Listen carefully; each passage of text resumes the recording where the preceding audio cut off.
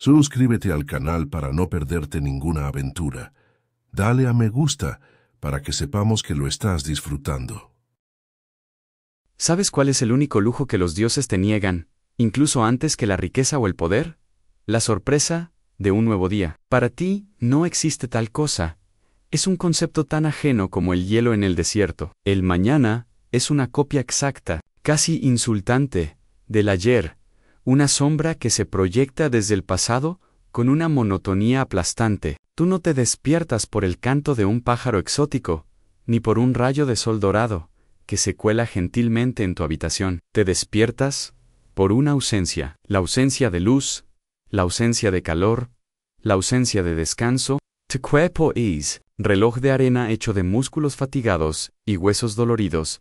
Simplemente sabe que la noche ha llegado a su fin. Incluso si el gran dios Ra aún duerme en las profundidades de la Duet, preparándose para su peligrosa y eterna travesía celestial. La oscuridad en tu pequeña estancia de adobe no es total, es una penumbra espesa, palpable, cargada de polvo, una negrura teñida de un gris profundo por la luz fantasmal y estéril de la luna que se filtra a través de una diminuta abertura rectangular en lo alto de la pared, más una rendija de ventilación que una ventana. Te incorporas con una lentitud que no es pereza, sino la conservación metódica de la energía. Cada movimiento es un cálculo. Tu estera de juncos trenzados, seca y quebradiza, cruje bajo tu peso. Es un sonido seco, íntimo y familiar.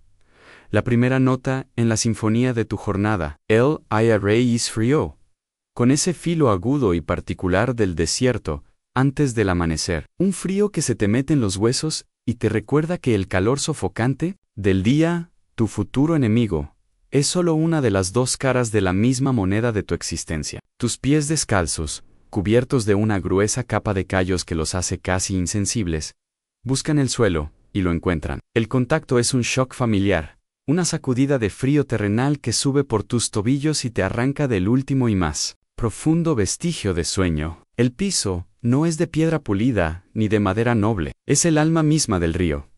Barro del Nilo mezclado con paja, apisonado y endurecido por el sol y el paso constante de tu familia. Es irregular, granulado bajo tus talones, y en su superficie sientes la historia de cada día en el polvo fino de la cantera de ayer, la tierra que trajiste en tus sandalias, la textura misma del limo que da vida y trabajo a esta tierra dual de Kemet. En medio de este silencio denso, preñado de la nada, Heian sonido, uno que es más antiguo que los faraones, más constante que las crecidas del Nilo, es un sonido rítmico, hipnótico y eterno. El raspar de la piedra contra la piedra. El Sherk Ranch, CHHH Ranch, es tu esposa. Ella lleva despierta un tiempo que no mides, arrodillada junto al molino de mano, una pesada piedra cóncava sobre la que empuja con todo el peso de su cuerpo otra más pequeña y redondeada. La moledera muele los granos de trigo y cebada para el pan del día. Su silueta se recorta contra la entrada de la choza, donde la noche es un poco menos noche. Un umbral hacia un mundo gris. No intercambiáis palabras. ¿Para qué? El lenguaje se ha vuelto innecesario para lo fundamental. Vuestra comunicación se ha destilado, a lo largo de los años de trabajo compartido, en una serie de gestos y sonidos que lo dicen todo. Su movimiento constante es una promesa silenciosa: habrá pan, habrá sustento, tu despertar silencioso. Y la forma en que te pones de pie es tu respuesta a irás a ganarlo. Es un pacto renovado cada día sin necesidad de un solo vocablo. Las paredes de tu hogar, hechas de ladrillos de barro crudo y paja secados al sol, parecen respirar contigo. Absorben el frío de la noche y lo liberan lentamente, y pronto, cuando el sol esté en su cenit y el mundo exterior sea un infierno de luz y calor, harán lo contrario, manteniendo una precaria y sofocante frescura en el interior. La estancia es una mezcla compleja y profundamente familiar. El aroma a tierra seca y polvo, el olor a heno de la paja de tu estera, y un leve, casi imperceptible, aroma agrio de la cerveza que fermenta lentamente en una vasija de cerámica en la esquina más oscura. Es el olor de la supervivencia, el perfume inconfundible y poco glorioso de tu vida. Te pones tu única prenda de trabajo, un simple taparrabos, un shenty de lino áspero y grueso. La tela está gastada por el uso, rígida por las capas de sudor y polvo de innumerables jornadas, lavada solo ocasionalmente en el canal. No hay vanidad en tu vestimenta, solo una funcionalidad brutal. Cubre lo que debe cubrirse, y nada más. Cada movimiento que haces para anudarlo a tu cintura es deliberado, económico, casi un ritual. Ahorras energía como un mercader avaro. Ahorra sus monedas de cobre, porque sabes, con la certeza de quién ha sufrido las consecuencias, que la necesitarás toda an tu esposa, sin detener el ritmo de su molienda. Empuja con el pie una pequeña jarra de cerámica y un trozo de pan hacia ti, an tu déjeuner. No es un banquete, ni siquiera una comida placentera en el sentido que otros podrían entender. Es combustible, pura y simple transferencia de energía. El pan no es suave ni esponjoso como el que imaginas que comen los sacerdotes y los nobles. En sus villas, con jardín, es una galleta dura, densa, de un color pardo oscuro, que exige un esfuerzo considerable de tu mandíbula para ser masticada. El grano, molido a mano en esa misma piedra, siempre deja partículas de arena y fragmentos diminutos del molino, así que cada bocado es una rutina de masticar con cuidado, sintiendo el crujido familiar e inevitable de la arenilla entre tus dientes. Es el sabor del trabajo, literal, la tierra, en tu boca. La cerveza, por su parte, tampoco es una bebida de celebración. Es turbia, espesa, de un color lechoso, y apenas ha comenzado a fermentar. Para ti y los tuyos, es alimento líquido, una fuente de calorías rápidas y, lo que es más importante, una bebida mucho más segura que el agua estancada del canal, que a menudo trae las fiebres y las diarreas que se llevan a los niños. Su sabor es agrio, con un fondo dulzón, pero la bebes de un trago, sin saborearla, sintiendo como el líquido tibio baja por tu garganta y se asienta con un peso reconfortante en tu estómago vacío. Es una calidez momentánea y artificial, contra el frío persistente de la mañana. Mientras comes, tu mente no vuela hacia grandes ambiciones ni reza a los dioses pidiendo fortuna. Tus pensamientos son tan prácticos y terrenales como el suelo que pisas. Haces un inventario silencioso a la caminata que te espera hasta el valle, calculando los pasos y el esfuerzo. Piensas en tus herramientas en esperas que el filo de tu cincel, de cobre, recientemente afilado, dure al menos hasta la pausa del mediodía, antes de deformarse y tener que volver a golpearlo hasta darle forma. Sientes un dolor sordo y profundo en la parte baja de la espalda.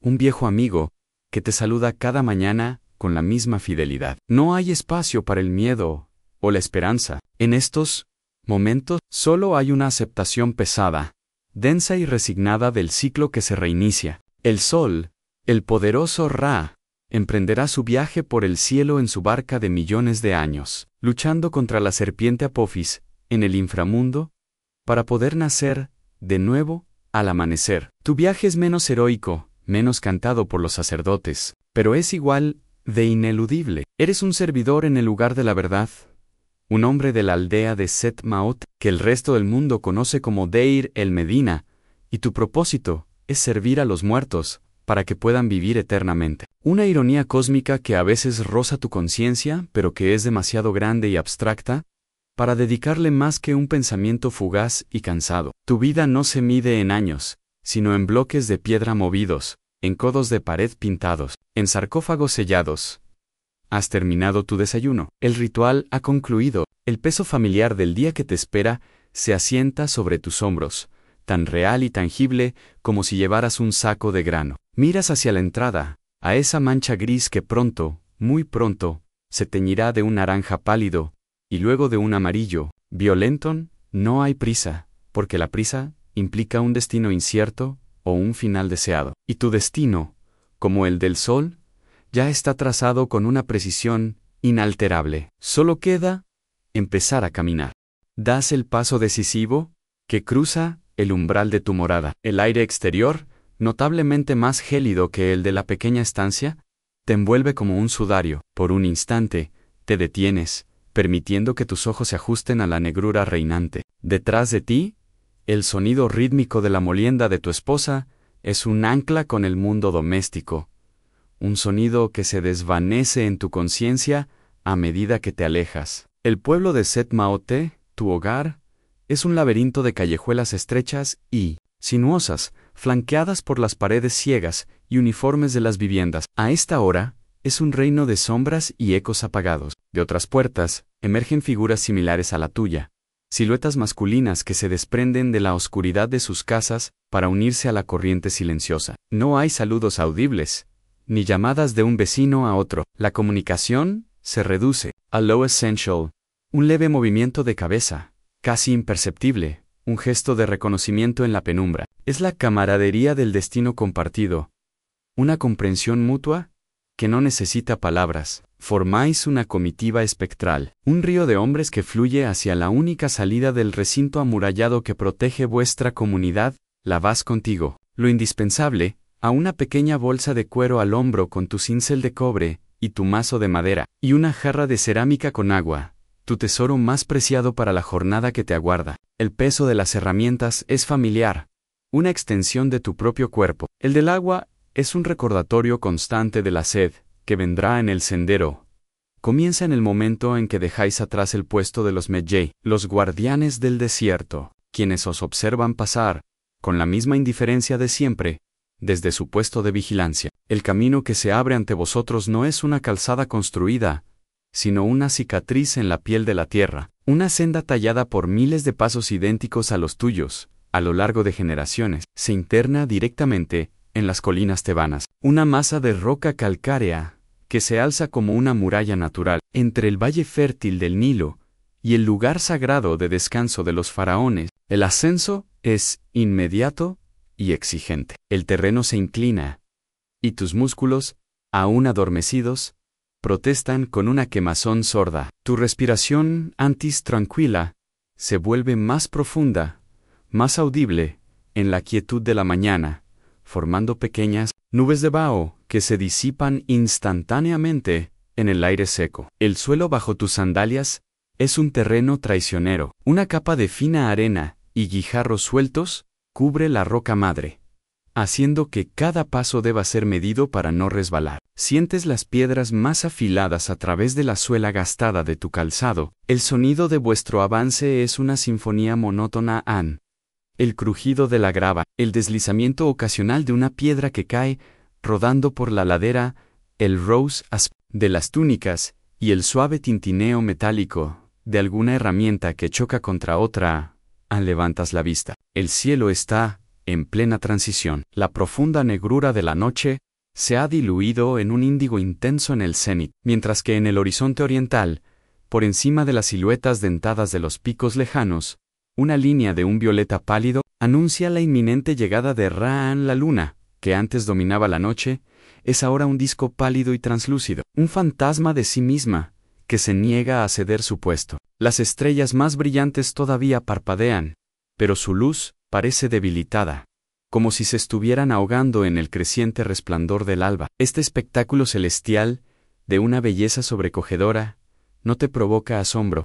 Lo has visto tantas veces que se ha convertido en parte del decorado de tu rutina, tan funcional como la forma de las rocas que te guían en la oscuridad. Tu atención está en lo inmediato, en el aquí y el ahora de la marcha. El aire que inhalas es puro y limpio, pero tiene un sabor mineral, el olor de la piedra y el polvo milenario. No hay aromas de vegetación, salvo el olor seco y especiado de algún arbusto espinoso y raquítico que se aferra desesperadamente a la vida en una grieta de la roca. Sois una procesión de hormigas trabajadoras en un paisaje que es indiferente a vuestra existencia. Los hombres que te rodean caminan con la cabeza gacha, concentrados en el esfuerzo. Sus rostros apenas visibles son máscaras de concentración impasible. Algunos son jóvenes, con la energía de la edad, aún visible, en su paso firme. Otros son mayores, y su avance es más lento, más cuidadoso, sus cuerpos marcados por décadas de este mismo ritual. Ves a un anciano toser,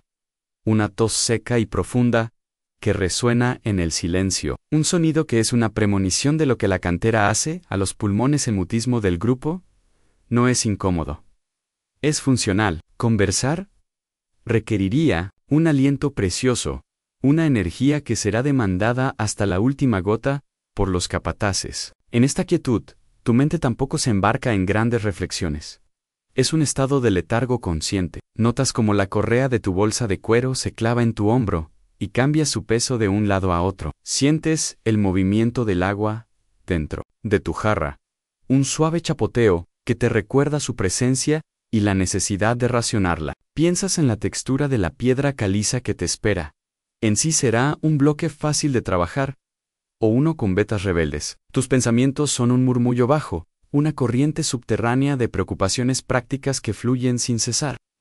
Hay espacio para la filosofía, solo para la física del trabajo. A medida que ascendéis, el paisaje se vuelve cada vez más austero, más lunar. Las colinas son un océano petrificado de formas redondeadas y acantilados abruptos, todo en una paleta de grises, ocres y sombras profundas. De vez en cuando, el sendero se estrecha, obligándoos a caminar en una fila india perfecta, rozando las paredes de roca fría con los hombros. Es en estos momentos cuando te sientes más pequeño, una partícula insignificante en la inmensidad de la necrópolis. Finalmente, tras lo que parece una eternidad de esfuerzo constante, alcanzáis la cima del paso. Desde aquí, la vista se abre. Hatay, el oeste. El horizonte es ya una herida sangrante de color naranja y rojo, y el disco solar está a punto de hacer su aparición triunfal, incendiando el cielo. Hacia el oeste Bayo Vosotros se extiende el Baiban el Muluk, el Valle de los Reyes, todavía sumido en una profunda y fría sombra azul. Es una visión imponente, la entrada a las moradas eternas de los dioses en la tierra, las tumbas ocultas que vuestras manos están construyendo y decorando. Pero para ti, no es un lugar de magia o reverencia divina, es tu lugar de trabajo. Un vasto taller al aire libre, un pozo de polvo y sudor. El grupo se detiene por un momento en la cresta, no para admirar el paisaje, sino para recuperar el aliento colectivo antes del descenso. La brisa aquí arriba es más fuerte y te azota la cara, secando el sudor que ha perlado tu frente. Es el último momento de frescor real que sentirás en muchas horas. La caminata está a punto de terminar, pero el verdadero agotamiento, el que te consume el alma además del cuerpo, ni siquiera ha comenzado. Empiezas el descenso, y el sol por fin asoma por encima de las montañas, lanzando sus primeros rayos como lanzas doradas que barren la oscuridad. El día ha comenzado oficialmente, y con él, tu condena y tu sustento. El descenso concluye en el fondo del valle, un lugar donde las sombras matutinas son largas y afiladas, proyectadas por los imponentes acantilados que os rodean. El aire aquí abajo es extrañamente inmóvil, atrapado entre las paredes de roca, y ya se puede sentir una promesa del calor que vendrá, una tibieza que emana del suelo de piedra. Os dispersáis, sin necesidad de órdenes explícitas, cada cuadrilla dirigiéndose hacia una sección diferente de la vasta obra a cielo abierto, que es la necrópolis. Tu destino inmediato es una de las canteras de caliza, una herida blanca y abierta en la ladera de la colina. No es una mina profunda, sino una fachada vertical, donde los bloques para revestir los pasillos de las tumbas, o para construir los templos mortuorios, son extraídos directamente de la montaña. Al llegar, la figura del supervisor, el capataz, Ya Esta Ali, es un hombre robusto, de piel curtida y oscura, por una vida bajo el sol, distinguible no por su vestimenta, que es tan simple como la tuya, sino por su postura, y por el rollo de papiro que sostiene en una mano. Él no empuña un mazo, su herramienta es la autoridad. Su mirada recorre el grupo de recién llegados, con una eficiencia desapasionada, evaluando la fuerza y la fatiga en cada uno de vosotros. Su voz, cuando habla, es áspera y directa, sin adornos, no grita. No necesita hacerlo. Su poder reside en el control absoluto que tiene sobre vuestro sustento diario. Desenrolla parcialmente el papiro, un documento que contiene la lista de tareas y asignaciones, y comienza a llamar nombres, señalando con un dedo un punto específico en la pared de roca o una pila de herramientas. Cuando pronuncia tu nombre, su gesto te dirige hacia una sección recién iniciada, una superficie casi virgen de piedra brillante. Es tu puesto para la mañana. Acercas al lugar designado y dejas caer tu bolsa. De ella extraes tus instrumentos de trabajo, los compañeros constantes de tus días. Primero, el mazo. Es una cabeza de madera dura, probablemente de acacia, unida a un mango corto y grueso. No es pesado en exceso, pero está diseñado para que el impacto se concentre en un punto pequeño. El mango está liso y oscuro, pulido por el sudor y el agarre de tu mano. Durante incontables horas, está lleno de pequeñas muescas y cicatrices, cada una la memoria de un golpe mal calculado.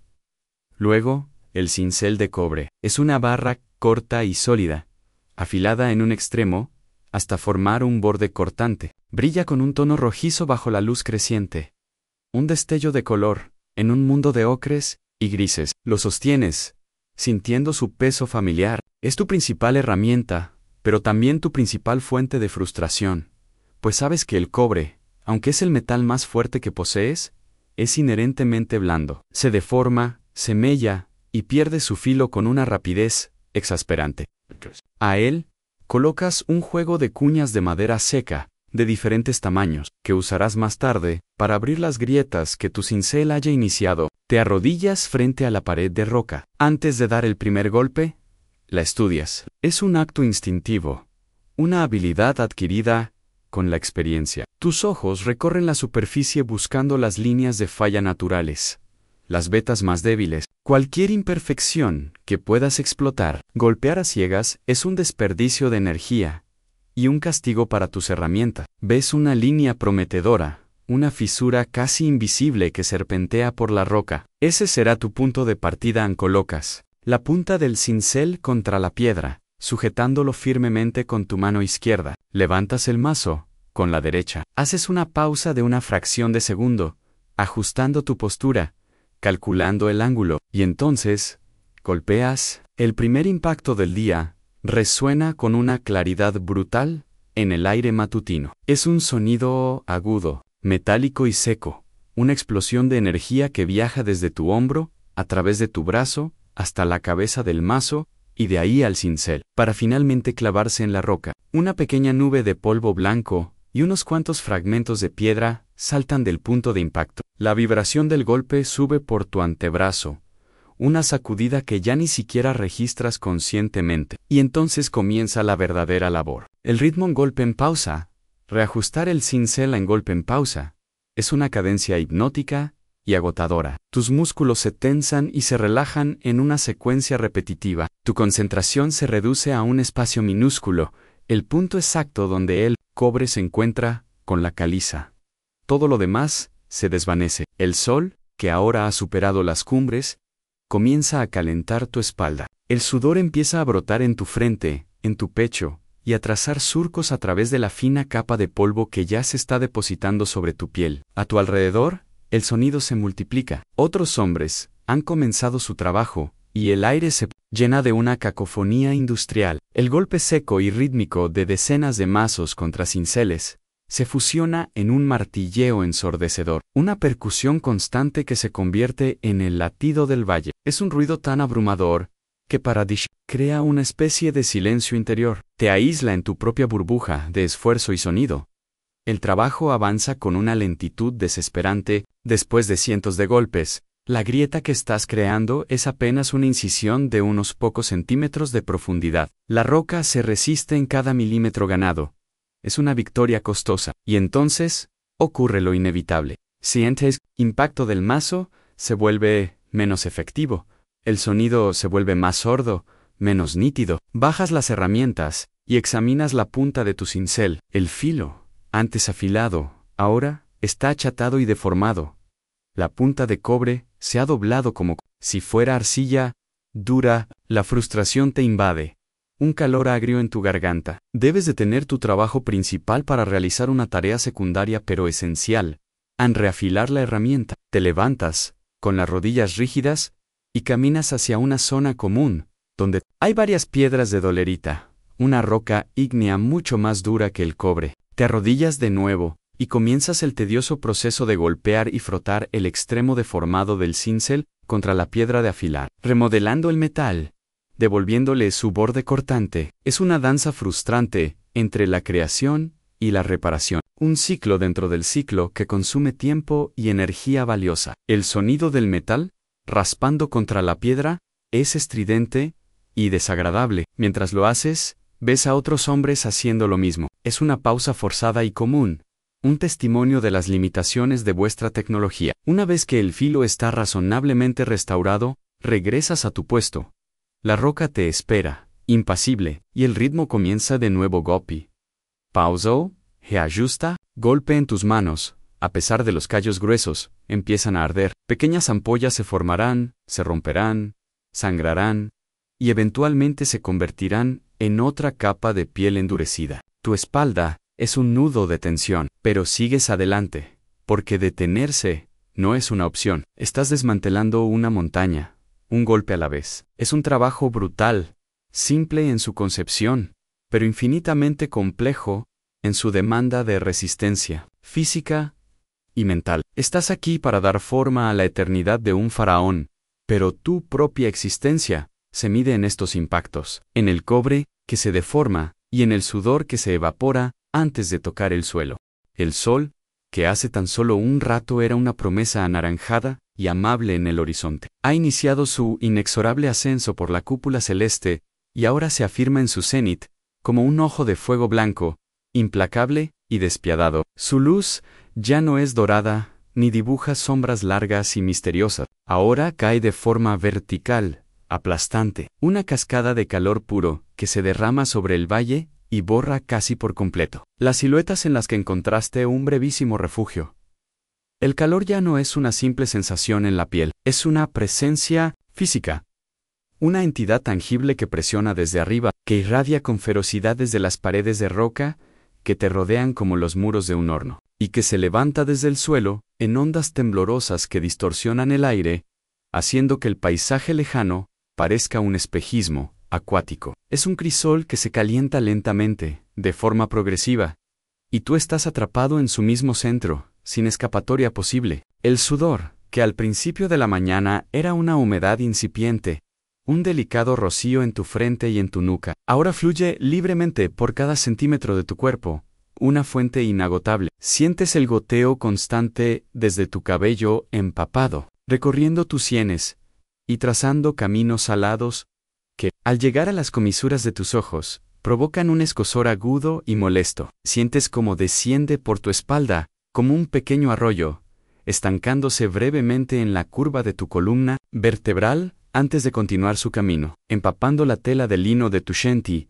hasta pegarla a tu piel de una forma incómoda, pesada y restrictiva. Pero este sudor torrencial no trae el alivio esperado, no se evapora en el aire seco para refrescar tu piel ardiente. En su lugar, se convierte en un pegamento, una capa adherente que te prepara para recibir al verdadero enemigo de la jornada. Un enemigo mucho más insidioso, silencioso y persistente que el esfuerzo físico o la fatiga muscular que sientes en cada fibra. La polvareda no se trata de una nube ocasional de polvo que se levanta con un golpe de viento fortuito. Es un estado permanente de la atmósfera en este sector del valle. Una condición ambiental inherente al trabajo que realizas. Es una calima perpetua, una niebla blanquecina y casi impalpable que cuelga en el aire inmóvil, compuesta por miles de millones de partículas microscópicas de la piedra caliza, que estás desmenuzando con tus propias manos. Con cada golpe de tu mazo sobre la cabeza metálica del cincel, liberas una nueva bocanada de este polvo fino. Al principio, en la frescura de la mañana, parecía inofensivo, una pequeña erupción blanca que danzaba un instante en el aire antes de asentarse sobre las superficies. Pero el efecto es acumulativo, implacable. La polvareda, con el paso de las horas, lo impregna absolutamente todo. Se adhiere con tenacidad a tu piel sudorosa, creando una segunda piel, una capa grisácea, áspera y abrasiva, una pasta de lodo, humano y arenilla, que se introduce en cada pliegue de tu cuerpo, en la articulación de tus codos, detrás de tus rodillas, en las líneas de tu cuello y en el espacio entre tus dedos. Sientes su textura granulada cada vez que flexionas un músculo, un roce constante que irrita tu piel hasta dejarla enrojecida y sensible. Se acumula en tus cejas y pestañas, cubriéndolas de un depósito blanquecino que te da el aspecto fantasmagórico de un anciano prematuro. Inevitablemente, la saboreas. Es un gusto calcáreo, mineral y persistentemente seco que se pega a tu lengua y al velo del paladar, creando una sed pastosa que ni siquiera los tragos de agua tibia de tu jarra pueden saciar. Y lo más grave, lo más peligroso, de todo Allah, respiras. Es absolutamente inevitable. Cada inhalación, cada bocanada de aire que necesitas desesperadamente para oxigenar tus músculos, es un trago de aire y piedra pulverizada, al principio. La sensación es de una ligera irritación en el fondo de la garganta, una cosquilla que te obliga a carraspear con frecuencia, pero a medida que avanzan las horas y el aire se satura más y más, la sensación se vuelve más profunda, más invasiva. Sientes como las partículas se asientan en el interior de tus fosas nasales, secando las mucosas, creando pequeñas y dolorosas costras que dificultan el paso del aire. Luego sientes un picor que desciende por tu tráquea, una aspereza que provoca una tos seca, involuntaria y contenida. Instantivamente, intentas reprimir esa tos, porque cada espasmo es una violenta contracción de tu torso que consume una energía preciosa. Rompe tu ritmo de trabajo, y lo que es peor, atrae la mirada lenta y desaprobadora del capataz, que interpreta cualquier interrupción como un signo de debilidad o pereza. Pero el cuerpo tiene sus propias defensas, sus propias protestas desesperadas, y la tos acaba por estallar. Miras a tu alrededor, y ves que no estás solo en esta lucha silenciosa contra un adversario invisible. El aire mismo parece haber adquirido densidad, parece haberse vuelto espeso, lechoso. Los rayos del sol, al atravesar esta neblina de partículas en suspensión, crean haces de luz visibles y definidos, muy similares a los que has visto alguna vez en el interior de los grandes templos, solo que aquí no iluminan estatuas de dioses, ni mesas de ofrendas, sino que revelan el lento suicidio colectivo de vuestros pulmones. Y entonces te fijas en los hombres mayores. Ellos no son solo tus compañeros, son el mapa viviente de tu futuro, un pergamino de carne y hueso donde está escrito tu destino. Observes a Nebaman, un hombre cuya edad es imposible de determinar.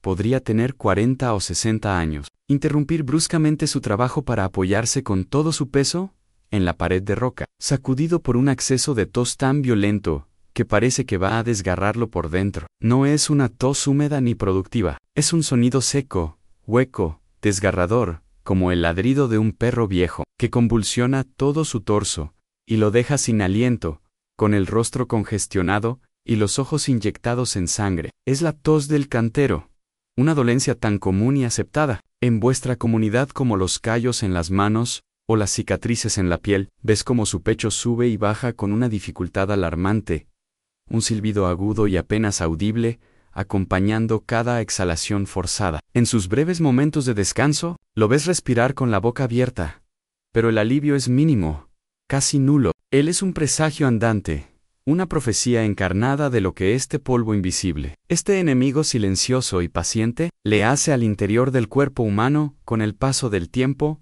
lo convierte en piedra por dentro, solidificando los delicados tejidos de los pulmones, hasta que se vuelven tan rígidos e inútiles como la caliza que extraéis. Sabes de hombres, amigos de tu padre, que abandonaron este trabajo, no por una lesión visible como un hueso roto o una herida infectada, sino porque ya no podían caminar desde la aldea hasta el valle, sin detenerse cada pocos pasos para jadear, en busca de aire, con las manos apoyadas en la rodilla. Hombres que pasaban sus noches en vela, sentados en un rincón de sus casas, porque la posición horizontal al tumbarse les provocaba una terrorífica sensación de ahogo, como si una mano invisible les apretara el pecho.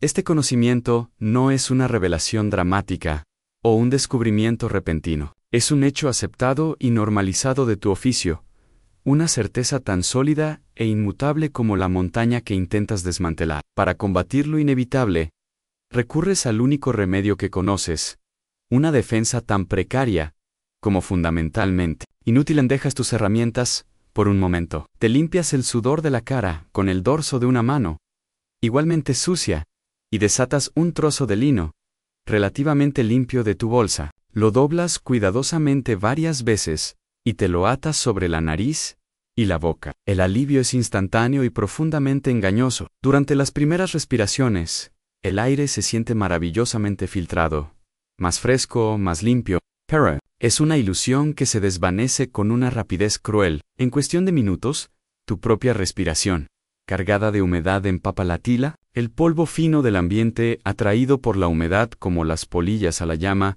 se adhiere a ella, la satura, la impregna hasta que se convierte en una masa compacta. La máscara improvisada, que pretendía ser un escudo, se transforma en una barrera que dificulta aún más la entrada de aire. Cada inhalación requiere ahora un esfuerzo consciente, un tirón de tus músculos intercostales y de tu diafragma. Sientes que estás intentando respirar a través de una capa de barro húmedo. El aire que finalmente llega a tus pulmones es escaso, caliente y viciado, y pronto te encuentras jadeando dentro de tu propia mascarilla, con una creciente sensación de pánico claustrofóbico. Con un gesto de rabia y frustración, te arrancas la tela de la cara y la dejas a un lado, derrotado. Es mejor, concluyes con amarga resignación, respirar el veneno libremente que ahogarse en el patético intento de evitarlo. Así que vuelves al ritmo gopi, pausau, heajustak gopi, tu mente. Como un sofisticado mecanismo de defensa contra un sufrimiento insostenible, comienza a desconectarse. Entras en un estado de trance, autoinducido por la repetición incesante, y el agotamiento extremo, el dolor agudo en tus hombros, la quemazón en las palmas de tus manos, la sed pegajosa en tu garganta, la lucha sorda de tus pulmones. Todo se funde en un zumbido de fondo, una constante de sufrimiento a la que asombros menchi, chi habituhaus. Tu conciencia se estrecha hasta enfocarse únicamente en el objetivo más inmediato y tangible, en la pequeña grieta en la roca que debe crecer, milímetro a milímetro. Mides tu progreso no en horas, sino en la posición cambiante del sol, en el cielo, en la longitud y dirección de tu propia sombra proyectada sobre la piedra, la polvareda blanca, la misma que está sellando lentamente tu destino, isla materia, prima de la eternidad de otro. Esta ceniza de la montaña, que para ti es sinónimo de asfixia y enfermedad, será mezclada con yeso por otros trabajadores, para crear las superficies lisas y perfectas sobre las que los escribas y pintores dibujarán las escenas idílicas de la vida eterna del faraón. Las paredes de su tumba, su morada para millones de años, serán tan blancas y puras como tus pulmones se volverán oscuros y petrificados. Es una ironía monumental, tan vasta, silenciosa e indiferente como el desierto que te rodea. Paranoia. Tienes tiempo para reflexionar sobre ella. Solo hay tiempo para el siguiente golpe. Y el siguiente ono, y el que viene después. Un golpe por el pan de hoy. Un golpe por la cerveza de esta noche. Un golpe que te acerca, inexorablemente, a la tos seca y desgarradora de Nevamun. El tiempo, en este valle de esfuerzo y silencio, no se mide por el paso de las horas, sino por la posición del astro rey en el firmamento. Y ahora, el disco solar ha alcanzado su cenit, colgando directamente sobre vuestras cabezas, en el punto más alto de su travesía. No hay campanas ni cuernos que anuncien el descanso. La señal es mucho más sutil, pero inconfundible. El capataz, que ha estado observando el lento acortamiento de las sombras con la paciencia de un cazador, se endereza, se lleva una mano a la frente para protegerse del resplandor, y emite un sonido gutural, un gruñido breve, que es más una concesión que una orden. Pero la verdadera señal, la que todos esperáis, es la del primer hombre que se atreve a detenerse. Cuando un mazo deja de golpear, su silencio crea un vacío en la cacofonía reinante. Luego, otro se detiene, y otro más, y en una reacción en cadena que se extiende por toda la cantera, el estruendo industrial que ha llenado el aire durante horas se desvanece. El silencio que cae sobre el lugar es repentino, abrumador y casi doloroso. Es un silencio ensordecedor que hace que tus oídos piten, acostumbrados como estaban al martilleo incesante. En esta quietud súbita, los sonidos pequeños y antes inaudibles emergen con una claridad asombrosa, el silbido de tu propia respiración forzada, la tos seca y persistente de un hombre cercano, el lejano grito de un halcón que vuela en círculos muy por encima de vuestro infierno personal. Es el momento. La pausa del mediodía ha llegado. Dejar las herramientas no es un alivio inmediato, es un acto que requiere un esfuerzo consciente. Tus dedos, agarrotados por horas de sujetar con fuerza el mango del mazo y el cuerpo del cincel, se niegan a soltarse. Tienes que abrirlos uno por uno, con la otra mano, como si fueran de madera. Cuando finalmente sueltas las herramientas, un dolor agudo y punzante recorre tus manos, y antebrazos. Una protesta de los músculos y tendones que han estado sometidos a una tensión constante. Intentas ponerte de pie, pero tus rodillas y tu espalda, bloqueadas por la postura encorvada, gritan en protesta. Te mueves con la rigidez de una estatua de madera. Cada movimiento una negociación con el dolor. El mundo parece oscilar por un momento, mientras tu cuerpo se reajusta a la verticalidad. La búsqueda de refugio es el siguiente instinto primario. No hay árboles frondosos, ni toldos de lino en este lugar. La única sombra disponible es la que proyecta la propia pared del acantilado que habéis estado desmantelando, una franja de oscuridad estrecha y nítida al pie de la roca. Es una sombra precaria, una tregua temporal ofrecida por vuestro mismo verdugo de piedra. Te arrastras hacia ella, junto con los demás. No hay prisa, no hay empujones. Cada hombre se mueve con una lentitud deliberada, conservando la poca energía que le queda. Os desplomáis contra la base del acantilado, no os sentéis. El cuerpo simplemente cede. La roca contra tu espalda está caliente, casi ardiendo, habiendo absorbido el calor implacable del sol durante toda la mañana. Pero es una superficie sólida contra la que apoyar tu agotamiento. Y ese simple contacto es un consuelo indescriptible. Os distribuís a lo largo de la pared, manteniendo una pequeña distancia entre vosotros, creando burbujas personales de miseria compartida. Nadie habla. La fatiga es un velo demasiado grueso para ser penetrado por las palabras. La comunicación se limita a miradas vacías, a gestos lentos y pesados. De tu pequeña bolsa de cuero desentrañas tu almuerzo. No es más que un bulto envuelto en un trozo de tela de lino áspero. La tela está tiesa, impregnada del polvo blanco de la cantera. Y al desdoblarla, una pequeña nube de partículas se eleva, brillando a la luz del sol, antes de volver a asentarse sobre ti y tu comida. Tu almuerzo consiste en 2 elementos. El primero es otro disco de pan, hermano gemelo del que comiste al amanecer. Es oscuro, denso y duro como una piedra. Para comerlo, no lo muerdes directamente. Lo colocas sobre tu rodilla y lo golpeas con el puño para romperlo en trozos manejables. El sonido seco de la fractura resuena en la quietud. Cada trozo que te llevas a la boca requiere una masticación prolongada y laboriosa. Tus mandíbulas, ya cansadas, trabajan con esfuerzo para ablandar la masa y con cada bocado sientes el inevitable crujido de la arenilla que se ha mezclado con la harina durante la molienda. Es el sabor de tu oficio, la textura de tu vida. El segundo elemento es una cebolla cruda. La sacas de la bolsa, su piel seca y papirácea, susurrando en tus manos. La pelas con el pulgar, revelando las capas blancas y húmedas de su interior. El olor que libera es agudo, penetrante y casi violento. Un ataque a tus sentidos embotados por el polvo. Le das un mordisco. El crujido es acuoso y ruidoso. El sabor es tan fuerte que hace que tus ojos lloren. Pero es una explosión de vida. En tu paladar, un contraste brutal con la insipidez polvorienta del pan. El jugo picante limpia momentáneamente el sabor a piedra de tu boca y te hace sentir, por un instante, revitalizado. Pero el verdadero tesoro, el centro de este ritual de supervivencia, es el agua. Tu jarra de cerámica descansa a tu lado.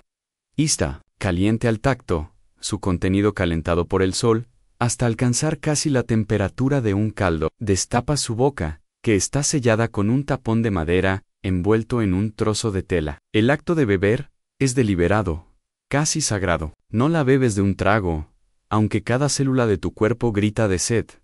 Sabes que tienes que racionarla. Lo que bebas ahora no volverá, y la tarde será igual de larga y calurosa. Te llevas la boca de la jarra a los labios, que están secos. El primer sorbo es una bendición y una conmoción. El agua tibia y terrosa, con un ligero sabor a la arcilla de la que está hecha la vasija, baja por tu garganta reseca. Sientes como apaga un fuego interior.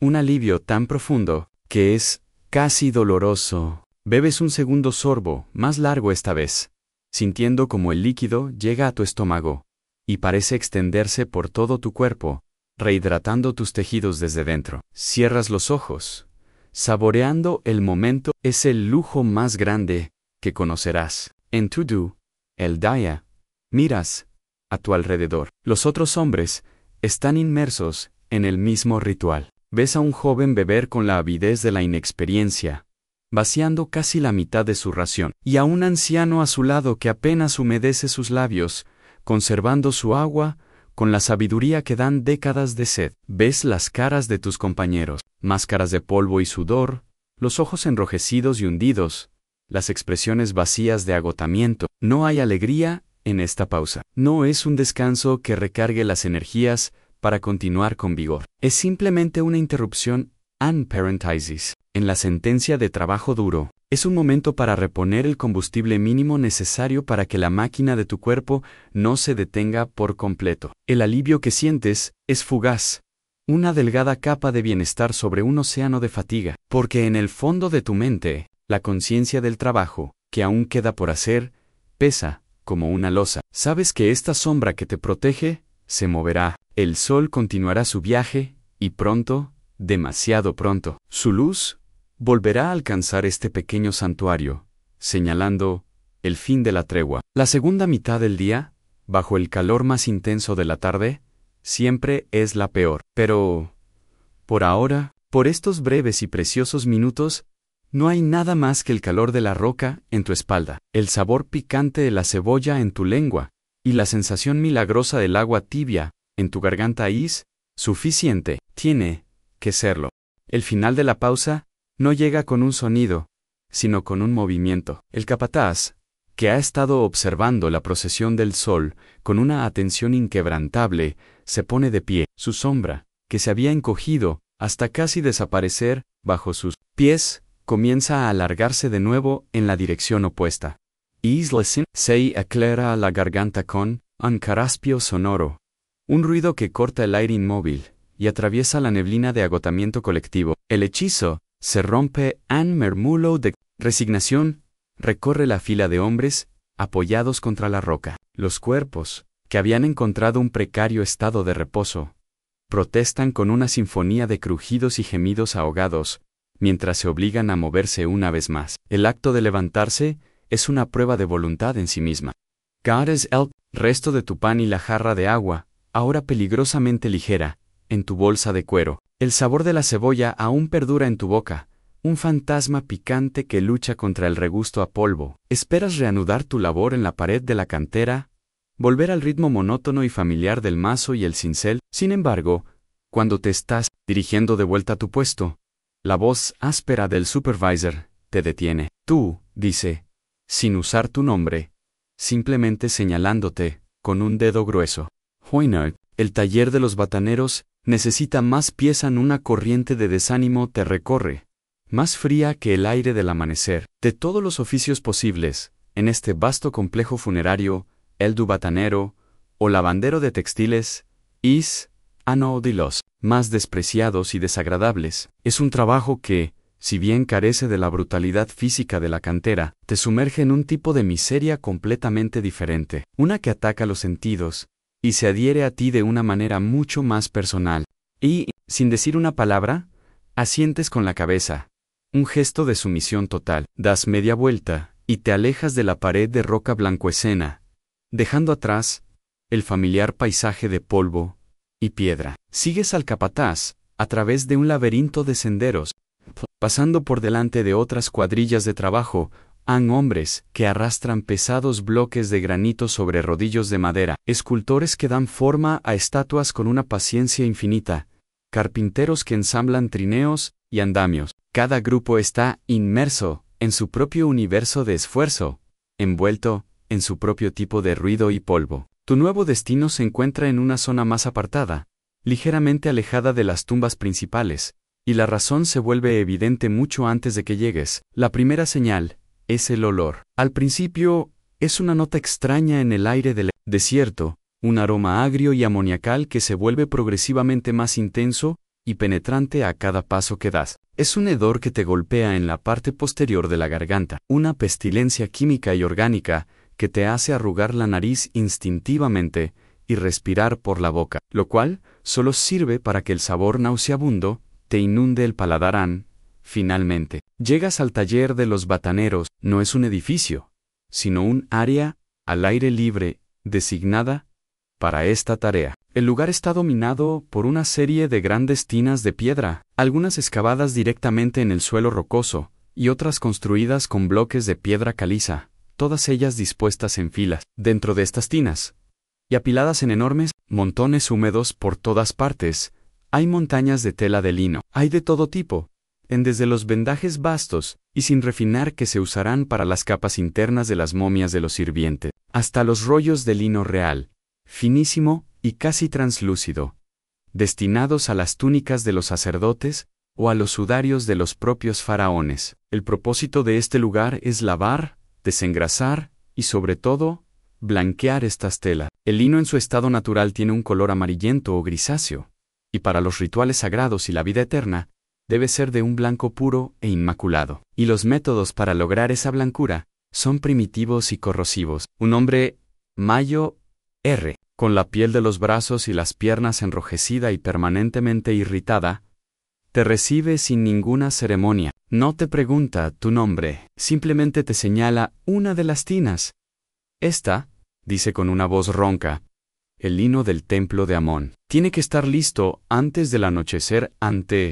Acercas a la tina designada y miras dentro. El recipiente está lleno, hasta la mitad, con un líquido turbio y espumoso, de un color parduzco indefinido. Flotando en este caldo repugnante, hay varios grandes trozos de lino doblados, pero es el olor que emana directamente de la tina lo que casi te hace retroceder. Es una mezcla abrumadora de varios agentes de limpieza. El ingrediente base es el natrón, un compuesto salino natural extraído de los lechos de los lagos secos. Una mezcla de carbonato de sodio y bicarbonato de sodio. Es un desengrasante potente, pero también es altamente cáustico y reseca la piel de manera agresiva. Mezclado con él, hay cenizas de madera, que aportan un efecto alcalino adicional, pero el ingrediente más potente, y el principal responsable del hedor insoportable, es la orina humana fermentada. Grandes vasijas de cerámica se alinean en un rincón del taller, expuestas al sol.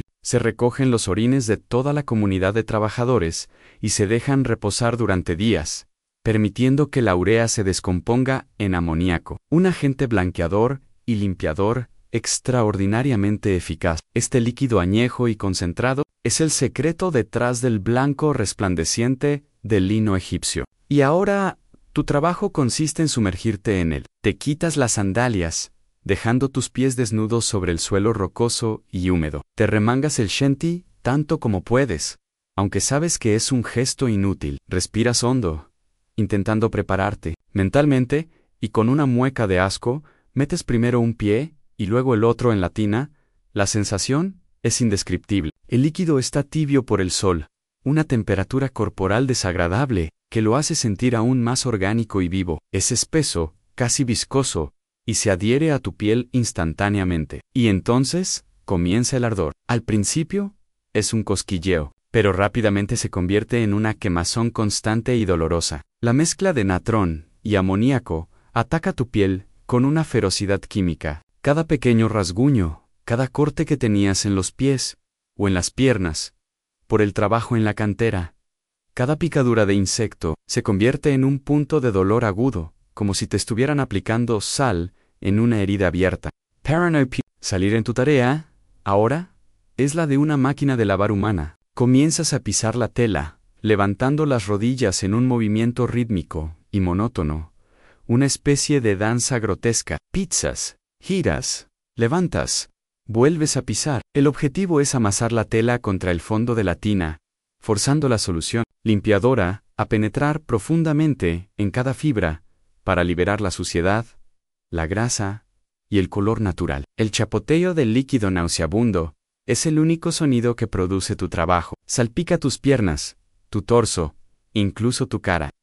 Amargo y salado, te llega a los labios. El olor es tan abrumador que anula todos los demás pensamientos. Te envuelve, te satura, se mete en tu nariz, en tu boca, en tus poros. Es un trabajo que no solo agota el cuerpo, sino que asalta el alma. Sabes que cuando termines tu jornada y regreses a casa, este hedor te seguirá. Se impregnará en tu piel, en tu cabello, en tu ropa. Tu esposa y tus hijos se apartarán instintivamente de ti. Serás un paria olfativo, llevando contigo el estigma de la tina de lavar. Y mientras pizzas, sin cesar, viendo cómo la espuma sucia sube por tus piernas, te das cuenta de que hay muchas formas de servir a los dioses y a los faraones. Algunas te roban el aliento con polvo, otras te corroen la piel con química, y ninguna de ellas es gloriosa. El tiempo en la tina del batanero no fluye, se estanca, se convierte en un ciclo espeso y nauseabundo de movimiento y sensación, una eternidad contenida entre las cuatro paredes de piedra de tu prisión líquida. El sol de la tarde, ahora, en su lento descenso hacia las cumbres occidentales, ya no te golpea desde arriba, sino que te ataca desde un ángulo, proyectando tu sombra danzante sobre la superficie espumosa del caldo químico. El calor sigue siendo intenso, pero ahora se combina con la humedad corrosiva que te envuelve, creando una atmósfera sofocante, como si estuvieras respirando dentro de un pulmón enfermo. Tu trabajo se ha reducido a la forma más primitiva de labor en el ritmo: levantar la pierna derecha, sentir el peso y la resistencia del líquido espeso, y luego dejarla caer con fuerza sobre el bulto sumergido de tela de lino. Luego, la izquierda, y así, una y otra vez, en una cadencia interminable, que se sincroniza con el latido pesado de tu propio corazón. Es una danza grotesca y solitaria, un ritual de purificación para la tela que es, para ti, un proceso de contaminación sistemática. El chapoteo constante del líquido parduzco es la única música que acompaña tu esfuerzo, un sonido húmedo y desagradable que marca el compás de tu miseria. Las salpicaduras te alcanzan sin cesar, pequeñas gotas de la mezcla que aterrizan en tu pecho, en tus brazos, incluso en tu cara. Cada gota es un recordatorio de la inmundicia en la que estás sumergido, y sientes el ardor en cada punto de contacto. La quemazón en tus pies y piernas ha dejado de ser una sensación aguda y se ha transformado en un dolor sordo, profundo y omnipresente. Es una brasa constante que parece emanar desde el interior de tus huesos. Tu piel, que al principio intentó resistir el ataque químico, ahora ha sucumbido. La miras por un momento, levantando un pie del líquido. La visión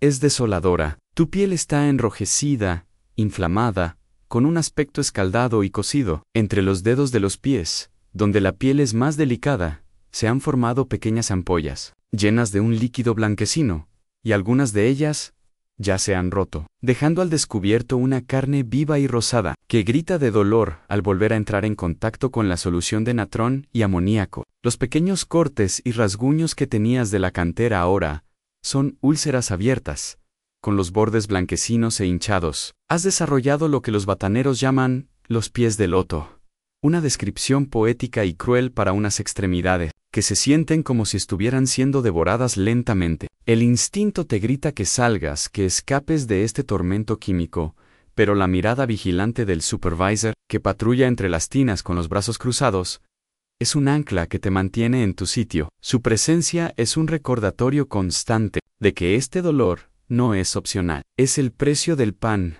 de esta noche. Para distraerte del sufrimiento físico, intentas concentrarte en la mecánica del trabajo. Sientes la textura de la tela bajo tus pies. Al principio, es un bulto pesado y rígido, pero a medida que lo pisas y lo amasas, comienza a ablandarse, a volverse más maleable. Sientes como las fibras se rinden, liberando la suciedad y la lanolina natural que contienen. El líquido a tu alrededor, que ya era turbio, se vuelve aún más oscuro, adquiriendo un tono grisáceo y opaco a medida que absorbe las impurezas de la tela. Ves pequeñas partículas de tierra y materia orgánica flotando en la superficie, junto a una espuma amarillenta y grasienta. Es la prueba visible de que tu trabajo está teniendo efecto, pero es un espectáculo repugnante. El hedor, si es posible, se intensifica. El calor del sol parece cocinar la mezcla, liberando vapores aún más potentes de amoníaco que suben directamente a tu cara. Te queman los ojos,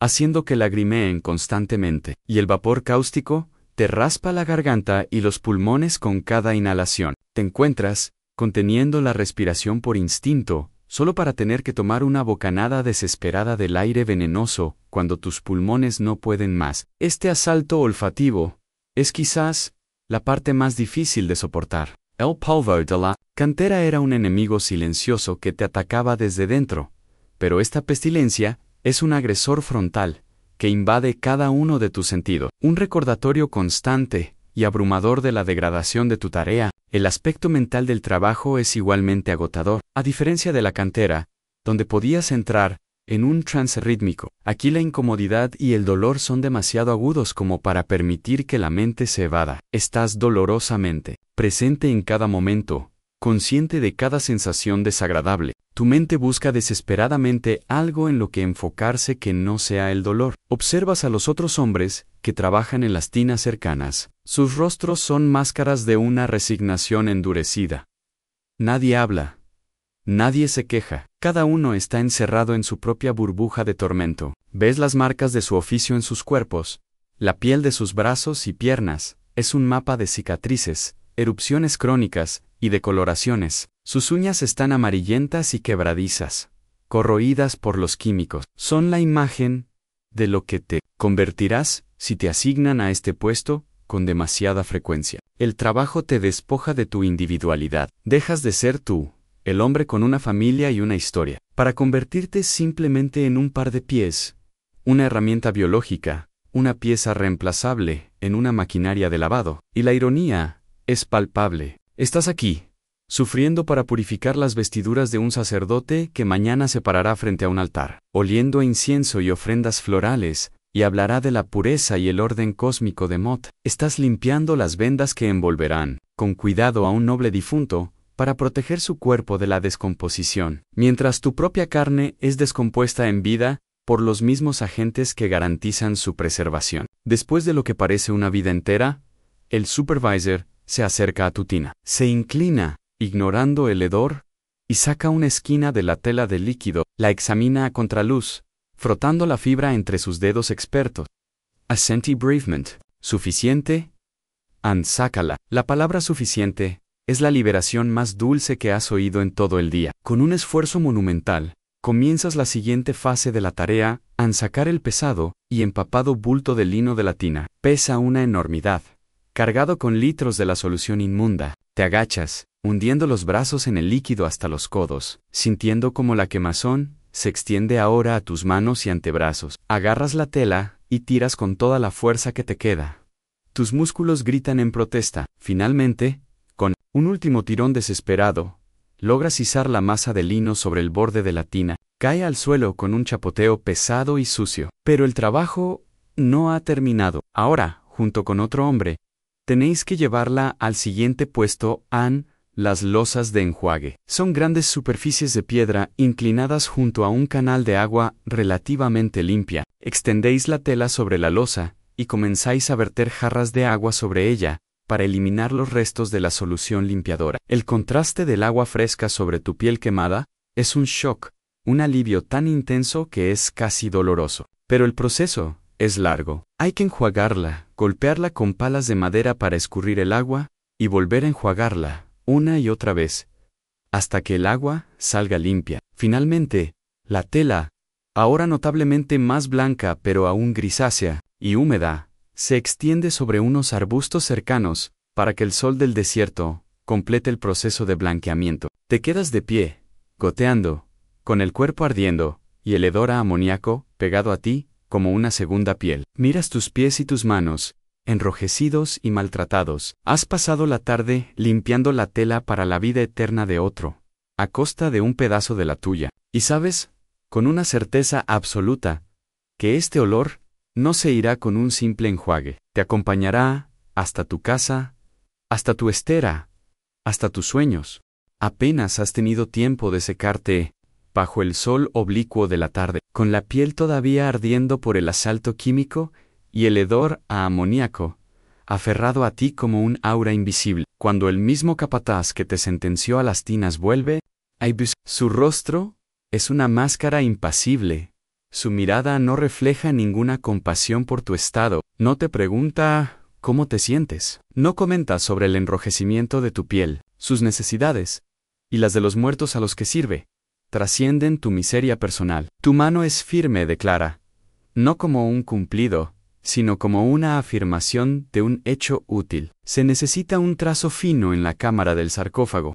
El maestro pintor te reclama. Esta nueva asignación te pilla por sorpresa. Es un cambio tan drástico que tu mente tarda un momento en procesarlo. Pasar de la brutalidad de la cantera y la degradación de la lavandería a la delicadeza del arte funerario es un salto vertiginoso. Sabes que tu habilidad para dibujar y pintar, un talento que cultivas en tus escasos momentos de ocio, es conocida en la aldea, pero rara vez se te llama para ejercerla en las moradas de los faraones. Un honor reservado a los artesanos más experimentados. Sigues al supervisor, alejándote del área de trabajo pesado y dirigiéndote hacia la entrada de una de las tumbas. Un oscuro rectángulo abierto en la base de un acantilado.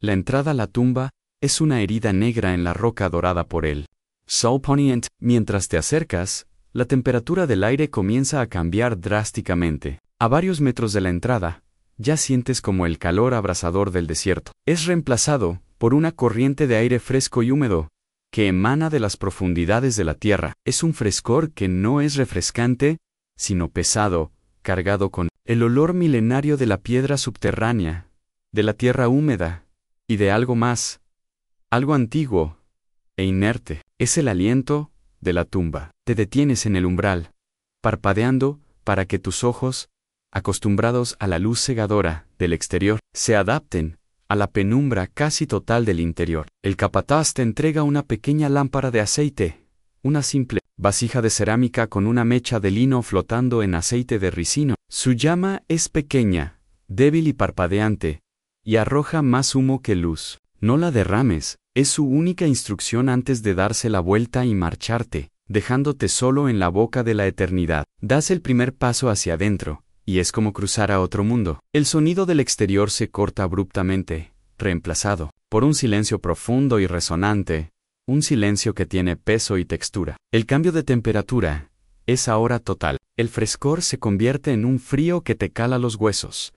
Un frío de sótano que hace que tu piel, todavía sensible y húmeda, se erice en el pasadizo, desciende con una suave pendiente hacia las entrañas de la colina. Las paredes, perfectamente alisadas y cubiertas con una capa de estuco blanco, están desnudas en esta primera sección, esperando las inscripciones y relieves que contarán la historia del difunto. Tu única compañía es el sonido de tus propios pasos sobre el suelo de piedra y el suave chisporroteo de la llama de tu lámpara. La luz que proyecta es mínima y danzarina, creando sombras que se alargan y se encogen, que se retuercen en las paredes como espíritus inquietos. Cada irregularidad en la piedra, cada pequeña grieta, se convierte en una figura grotesca en este teatro de luz y oscuridad. A medida que avanzas, el aire se vuelve más denso, más pesado.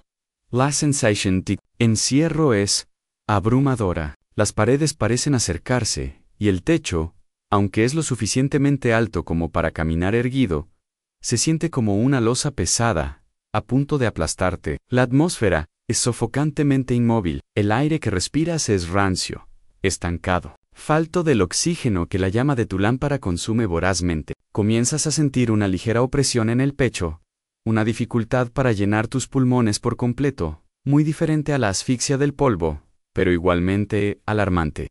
La lámpara, aunque es tu única fuente de visión, es también una fuente de contaminación. Libera una columna constante de humo negro y aceitoso que sube y se acumula contra el techo, creando una capa oscura y grasienta. Inhalas este humo con cada respiración, y sientes cómo te raspa la garganta y te deja un sabor amargo y oleoso en la boca. Después de un largo descenso, llegas a una antecámara y, finalmente, a la cámara del sarcófago. El espacio se abre aquí, pero la sensación de claustrofobia no disminuye. La sala es rectangular, con un techo bajo y plano. En el centro, un enorme sarcófago de granito rojo ya descansa en su lugar, esperando a su ocupante. Las paredes de esta cámara ya no están desnudas, están cubiertas de arriba a abajo con un intrincado tapiz de imágenes y jeroglíficos, un universo de dioses, faraones y rituales congelados en el tiempo. La mayor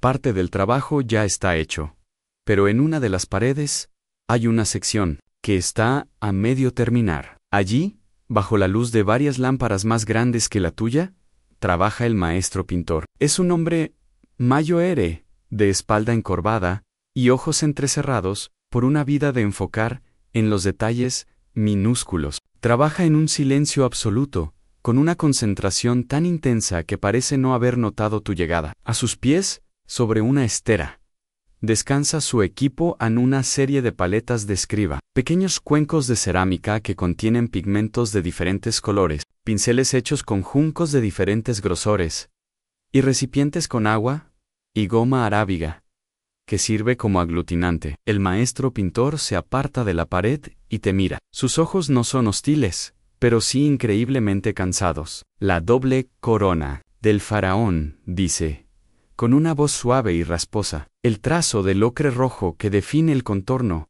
se ha desvanecido. Necesito que lo restaures. El trazo debe ser único, sin interrupciones y más fino que un cabello té. Señala un pequeño cuenco que contiene un pigmento de un rojo intenso y te entrega un pincel de una finura exquisita, con apenas unas pocas cerdas en la punta. Tile en el suelo, el frío de la piedra subiendo por tus rodillas, y colocas tu lámpara a un lado, para tener más luz. El aire aquí es aún más denso, cargado con el olor de los pigmentos, el humo de las lámparas, y esa fragancia subterránea. Indescriptible, te acercas a la pared. La figura del faraón, sentado en su trono, es majestuosa. Pero, como dijo el maestro, el contorno rojo de la corona Shent, que simboliza su dominio sobre el Alto y el Bajo Egipto, es débil, casi invisible en un tramo. Tu tarea es repasar esa línea. Es un trabajo de una precisión aterradora.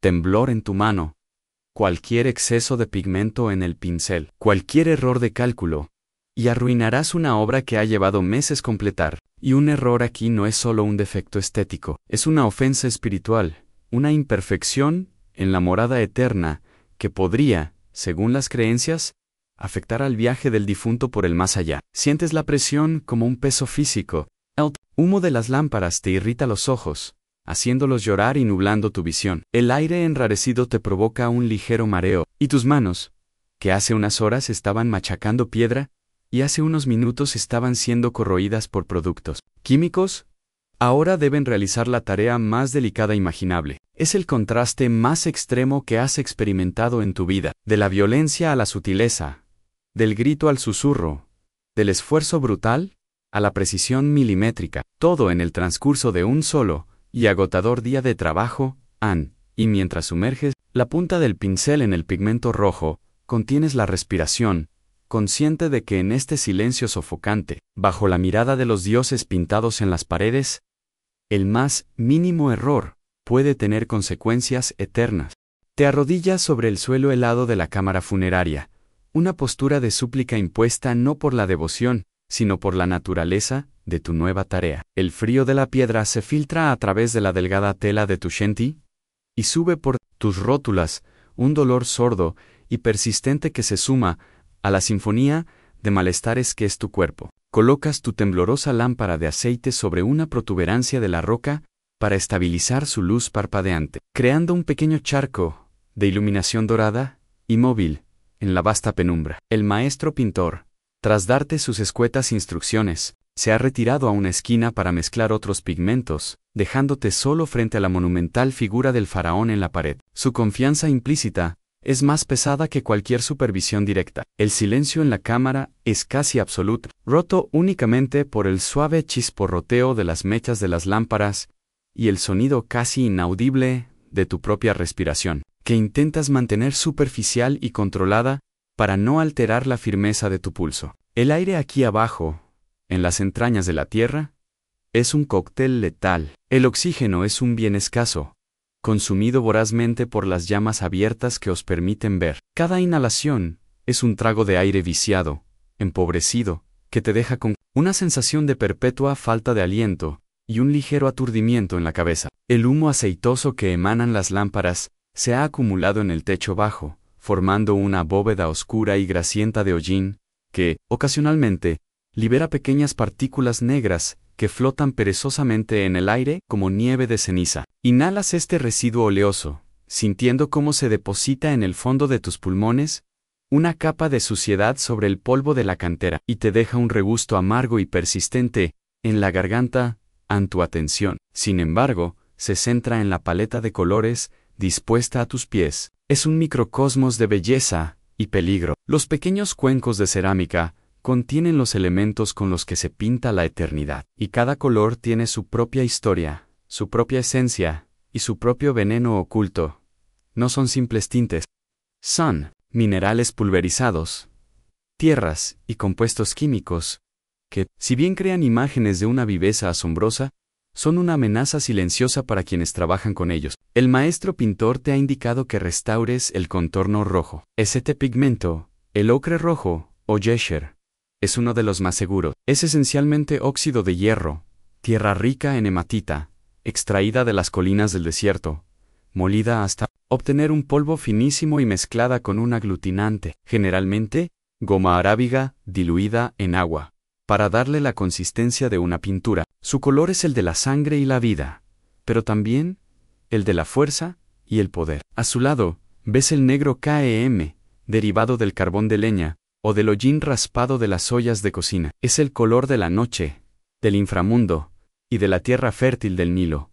Un símbolo de resurrección. El blanco hedge, utilizado para el fondo de estuco y para las vestiduras, proviene del yeso o de la tiza carbonato gicauciu, y representa la pureza y la alegría. Estos son los colores de la tierra, los pigmentos relativamente benignos, pero tus ojos se detienen en los otros cuencos, los que contienen los colores más vibrantes y por lo tanto más peligrosos. Ves un amarillo brillante, casi luminoso, de una intensidad que parece antinatural en esta penumbra. Es el oropimente sedge, un sulfuro de arsénico. Es el color del sol y del oro, el símbolo de lo imperecedero y divino. Para obtenerlo, los mineros se adentran en galerías peligrosas en el desierto para extraer el mineral, que luego se muele hasta convertirlo en un polvo fino y volátil. Sabes, por las historias que circulan entre los artesanos, que trabajar constantemente con este pigmento amarillo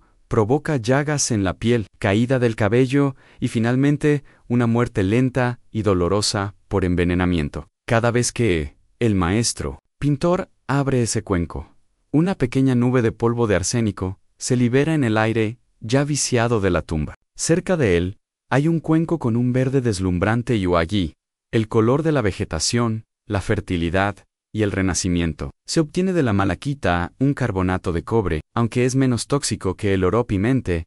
Su polvo también es peligroso si se inhala en grandes cantidades, causando la misma tos y problemas pulmonares que el polvo de la cantera. Y luego está el azul ertú, el color más prestigioso y caro de todos, el color del cielo, del agua y de los dioses. No es un mineral natural, sino el primer pigmento sintético de la historia, conocido como azul egipcio. Sacred mediante un complejo proceso de calentamiento de arena de cuarzo, un compuesto de cobre, calcio y un álcali, a temperaturas muy elevadas. Su fabricación es un secreto celosamente guardado por los talleres del templo, pero su uso aquí, en la tumba de un faraón, es un signo del máximo prestigio. Su belleza es divina, pero su producción y manejo implican la manipulación de metales y polvos en un entorno de calor extremo. Cada color es una dualidad, un símbolo de vida eterna para el difunto y una amenaza latente para el vivo que lo aplican con esta conciencia pesada en tu mente. Tomas el pincel que te dio el maestro, es una herramienta de una simplicidad y una eficacia asombrosas. El mango es un junco fino y seco, y la punta está hecha masticando un extremo del junco hasta que sus fibras se separan, creando una especie de cepillo. La finura de la punta depende de la paciencia y la habilidad del que la fabrica. Este tienes en la mano es excepcionalmente fino, con solo unas pocas fibras delicadas en el extremo. Humedeces la punta del pincel en un pequeño cuenco de agua limpia para que las fibras se agrupen, y luego lo sumerges con extremo cuidado en el pigmento rojo ocre. Sacas solo una cantidad minúscula, apenas una gota de color en la punta. Hacia la pared.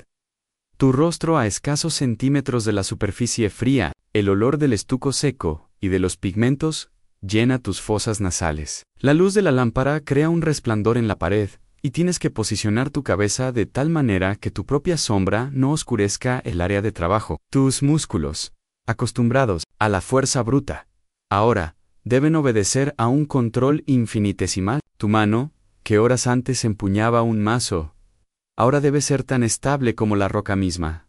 Contienes la respiración. Todo tu universo se reduce a la punta del pincel, al pigmento rojo y a la línea pálida que debes revivir en apoyas la punta del pincel en la pared. El contacto es casi imperceptible y comienzas a trazar la línea.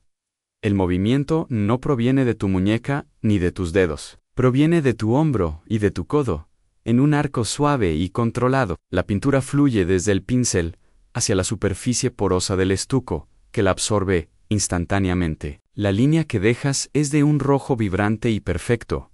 Un hilo de vida sobre la palidez de la pared. Es un trabajo que requiere una concentración absoluta y agotadora. Cada milímetro de la línea es una victoria. Tienes que recargar el pincel, siempre con la misma cantidad exacta de pigmento, para asegurar que el grosor y la intensidad del color sean uniformes. Cualquier vacilación, cualquier temblor, se traduciría en un engrosamiento de la línea o en un pequeño goteo. Un desastre que requeriría raspar la sección y volver a estucarla.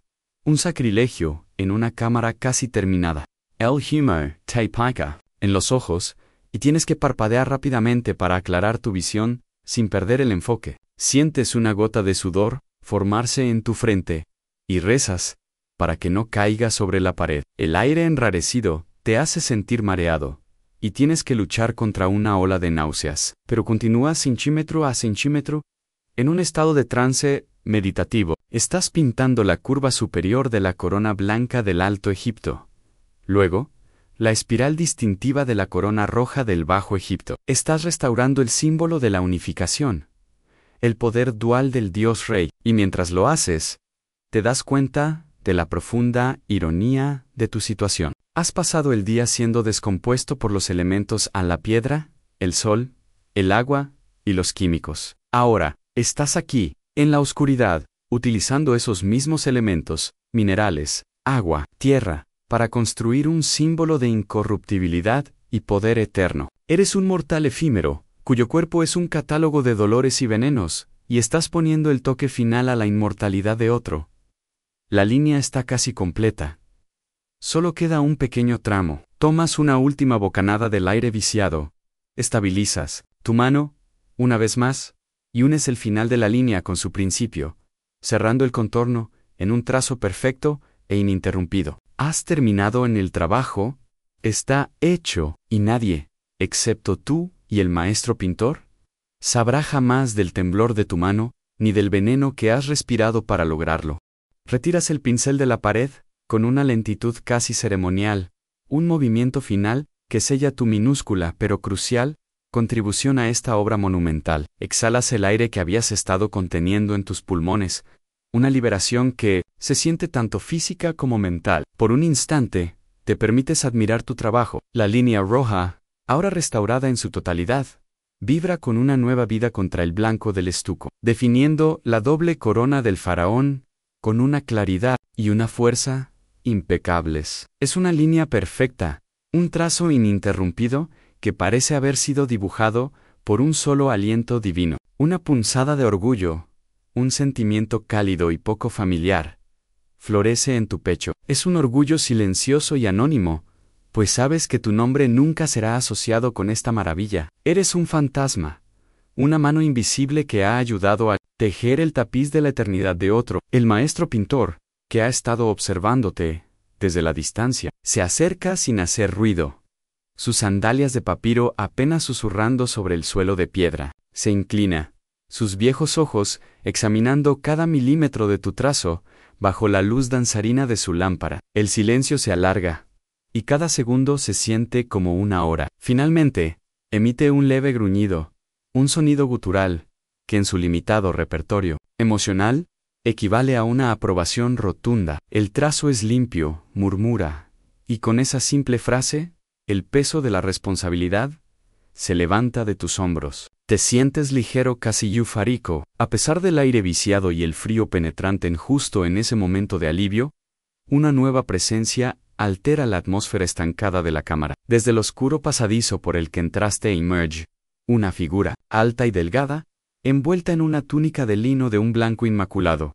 Un blanco tan puro que parece brillar en la penumbra. No lleva una lámpara de aceite humeante como vosotros. Es precedido por un joven acólito, que sostiene un candil de bronce pulido, con múltiples mecas, que proyecta una luz mucho más brillante y estable. La figura es un sacerdote lector, uno de los altos funcionarios del templo, encargados de supervisar la correcta ejecución de los rituales y la parafernalia funeraria. Su cabeza está afeitada y brilla con aceites perfumados, cuyo aroma a loto y mirra se extiende por la cámara. Una fragancia lujosa y extraña que lucha contra el olor a humo, tierra y químicos. Su rostro es joven, pero su expresión es de una seriedad y una autoridad milenarias. No os mira a ti, ni al maestro pintor. Su mirada se posa inmediatamente en las paredes, en las representaciones sagradas, con una intensidad crítica y penetrante. El maestro pintor, y tú os encogéis, instintivamente, como si vuestra mera presencia fuera una impureza en este espacio sagrado. Os hacéis a un lado, pegándoos a la pared, intentando ser lo más insignificantes posible. La llegada de este hombre cambia por completo la dinámica de la sala. Ya no es un taller de artesanos, se ha convertido en un templo, y vosotros sois meros sirvientes en presencia de lo divino. El silencio del sacerdote es infinitamente más intimidante que cualquier grito del capataz de la cantera. Los gritos del capataz son ruido, una expresión de poder terrenal y frustración. El silencio del sacerdote es un juicio. Es el silencio de alguien que no juzga la calidad de un trazo, sino su corrección teológica, su exactitud ritual. Camina lentamente por la cámara, su túnica blanca, susurrando contra el suelo. Su acólito lo sigue como una sombra, moviendo el candil para iluminar las secciones que su amo desea inspeccionar. Sus ojos oscuros y profundos recorren cada jeroglífico, cada deidad, cada ofrenda pintada. Sus labios se mueven ligeramente, sin emitir sonido, como si estuviera leyendo los textos sagrados directamente de la pared. Tú y el maestro pintor permanecéis inmóviles, conteniendo la respiración. Sabéis que cualquier error, por pequeño que sea, no será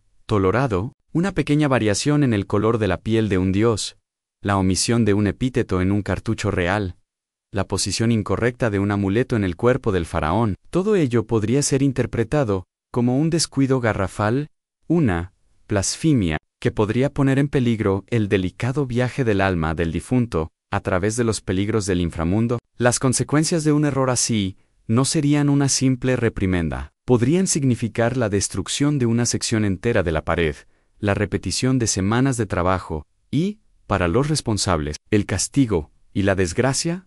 El sacerdote se detiene frente a la pared que acabas de restaurar. Sientes como un nudo de hielo se forma en tu estómago. Su dedo índice, largo y pálido, se levanta y traza la silueta de la doble corona en el aire, a escasos centímetros de la pared, sin llegar a tocarla. Su mirada es tan intensa que sientes como si pudiera ver a través de la pintura, a través del estuco, y llegar hasta la roca misma. Sientes sus ojos no en tu nuca, sino en tu trabajo, y a través de él, en tu propia alma. En ese momento, cada duda que tuviste, cada pequeño temblor de tu mano, vuelve a ti con una fuerza abrumadora. ¿Utilizaste la cantidad correcta de aglutinante? El tono del rojo es exactamente el mismo que el del resto de la tumba. ¿La curva de la espiral tiene el ángulo preciso que dictan los cánones sagrados? Tu mente se convierte en un torbellino de ansiedad. Tu corazón late con fuerza contra tus costillas, un tambor frenético en el silencio sepulcral. Elsie permanece así durante lo que parece una eternidad, su dedo suspendido en el aire, su rostro una máscara inescrutable. Luego, sin cambiar de expresión, se dirige al maestro pintor, aunque su mirada sigue fija en la pared. ¿Quién ha renovado y taken toned? Su voz es suave, culta, desprovista de toda emoción, lo que la hace aún más aterradora en el maestro pintor. Con una deferencia que raya en el servilismo, hace un gesto en tu dirección. Fue él, reverendo. Sus manos eran las más firmes disponibles. Ahora, la mirada del sacerdote se vuelve hacia ti. Es la primera vez que te mira directamente, y la sensación es como ser atravesado por dos agujas de hielo. Sus ojos no te ven como un hombre, te ven como una herramienta, un instrumento cuya calidad está siendo evaluada. No puedes sostener su mirada, y bajas la vista hacia el suelo, sintiéndote desnudo y expuesto bajo la túnica delgada y sucia que llevas. Acércate, ordena su voz suave. Con las piernas temblando, das un par de pasos hacia adelante, hasta quedar bajo la luz brillante. The Silk Candle. Él te examina de arriba a abajo, su mirada deteniéndose en tus manos. Tus manos, que para ti son un mapa de tu vida de trabajo, cubiertas de callos de la cantera, enrojecidas y agrietadas por la lejía del batanero, manchadas con el pigmento rojo, para él son simplemente el objeto de su escrutinio. El trazo es aceptable, Dice finalmente. Y las palabras, aunque neutras, resuenan en tus oídos como el perdón más generoso. Pero no ha terminado. Sin embargo, la próxima vez que se requiera una mano para el trabajo sagrado, aseguraos de que esté purificada. No se debe tocar lo divino con la inmundicia de las labores mundanas. Su comentario, pronunciado con una calma glacial, es un corte más profundo que cualquier látigo en té. Recuerda tu lugar. Tu sudor, tu esfuerzo, tu propia existencia, es una contaminación en su mundo de pureza ritual. Eres necesario, pero despreciable. Con un último vistazo a las paredes, el sacerdote se da la vuelta, y, seguido por su acólito, desaparece en la oscuridad del pasillo, llevándose consigo la luz brillante y el perfume de loto, y dejándoos, de nuevo sumidos en la penumbra humeante y el silencio. Te acuerdas, Ali, temblando, no de frío, sino de una mezcla de alivio, humillación y una rabia impotente que no tienes dónde dirigir. Has pasado la prueba, pero te han recordado, de la manera más cruel posible, que aunque tus manos puedan pintar la eternidad, nunca te pertenecerá. Tras la partida del sacerdote, un silencio diferente se asienta en la cámara funeraria. Ya no es el silencio tenso de la evaluación, sino el vacío pesado y resonante que deja la autoridad cuando se retira. El maestro pintor exhala lentamente, un silbido apenas audible, y por primera vez, ves una emoción genuina en su rostro en un profundo y absoluto cansancio. La fachada de concentración inquebrantable se ha desvanecido, revelando al hombre anciano y agotado que hay debajo. Él te hace un gesto con la cabeza, un movimiento casi imperceptible, que es a la vez una despedida y una orden de que te marches. Tu trabajo aquí ha concluido, no hay más palabras. Recoges tu humilde lámpara de aceite, cuya llama parece aún más débil y patética, después del resplandor del candil de bronce, y te das la vuelta para emprender el camino de regreso al mundo de los vivos. El pasadizo que antes te pareció un descenso a otro mundo, ahora se siente como un túnel de Skype. Cada paso que das para alejarte de la cámara del sarcófago es un paso que te aleja de la presión sofocante y del juicio implacable. Sin embargo, el viaje de salida es una experiencia completamente diferente a la de entrada. Ahora, eres agudamente consciente de lo que el entorno te ha hecho. El aire estancado y empobrecido de la tumba ha dejado tus pulmones anhelando oxígeno fresco, y cada respiración superficial se siente insuficiente. El humo oleoso que has inhalado ha cubierto tu garganta con una película amarga, y sientes una necesidad imperiosa de toser para limpiar tus vías respiratorias. Pero reprimes el impulso por respeto al silencio del lugar. La oscuridad ya no parece misteriosa, sino simplemente opresiva. Y la luz danzarina de tu lámpara, que antes creaba sombras intrigantes, ahora solo ilumina la monotonía de las paredes de piedra, haciéndote sentir atrapado en un laberinto sin fin.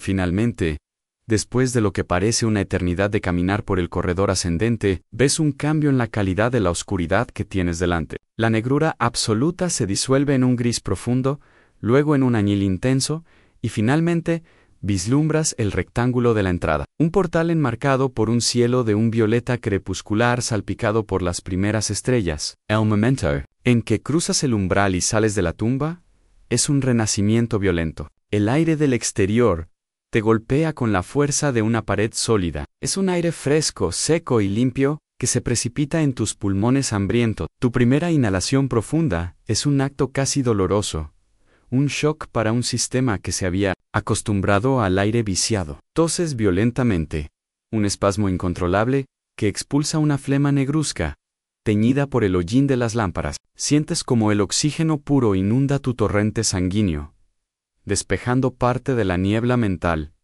y el mareo que te afligían en el interior. Pero el aire exterior trae consigo su propio conjunto de sensaciones. La temperatura, aunque ha descendido considerablemente desde el calor del mediodía, sigue siendo cálida en comparación con el frío sepulcral de la tumba, y sientes como el calor envuelve tu piel erizada. El silencio absoluto del subsuelo es reemplazado por los sonidos sutiles del desierto, al anochecer, al murmullo del viento que se desliza por las colinas, el canto lejano y melancólico de un chacal, el zumbido de algún insecto nocturno.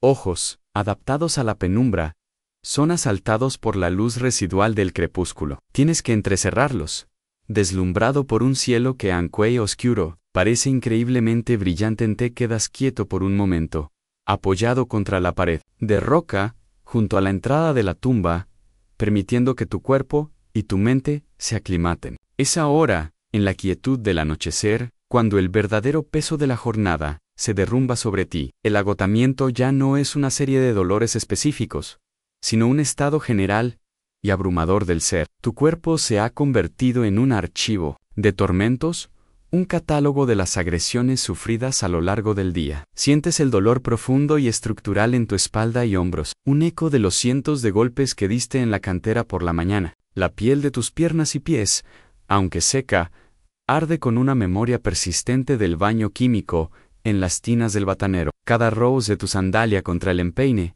es una pequeña tortura. Tus pulmones, aunque agradecidos por el aire fresco, se sienten raspados y sensibles por la inhalación combinada del polvo de piedra y el hollín aceitoso. Tu cabeza palpita con un dolor sordo, producto de la deshidratación, el esfuerzo y la falta de oxígeno, y tus manos son un testimonio de tu día. Están cubiertas de nuevos callos y viejas cicatrices, la piel enrojecida e irritada, y las uñas todavía manchadas con el pigmento rojo de la eternidad. La caminata de regreso a tu aldea, la misma que hiciste en la oscuridad antes del amanecer, se presenta ante ti, no como un simple trayecto, sino como el último y más arduo desafío del día en que comienzas a caminar.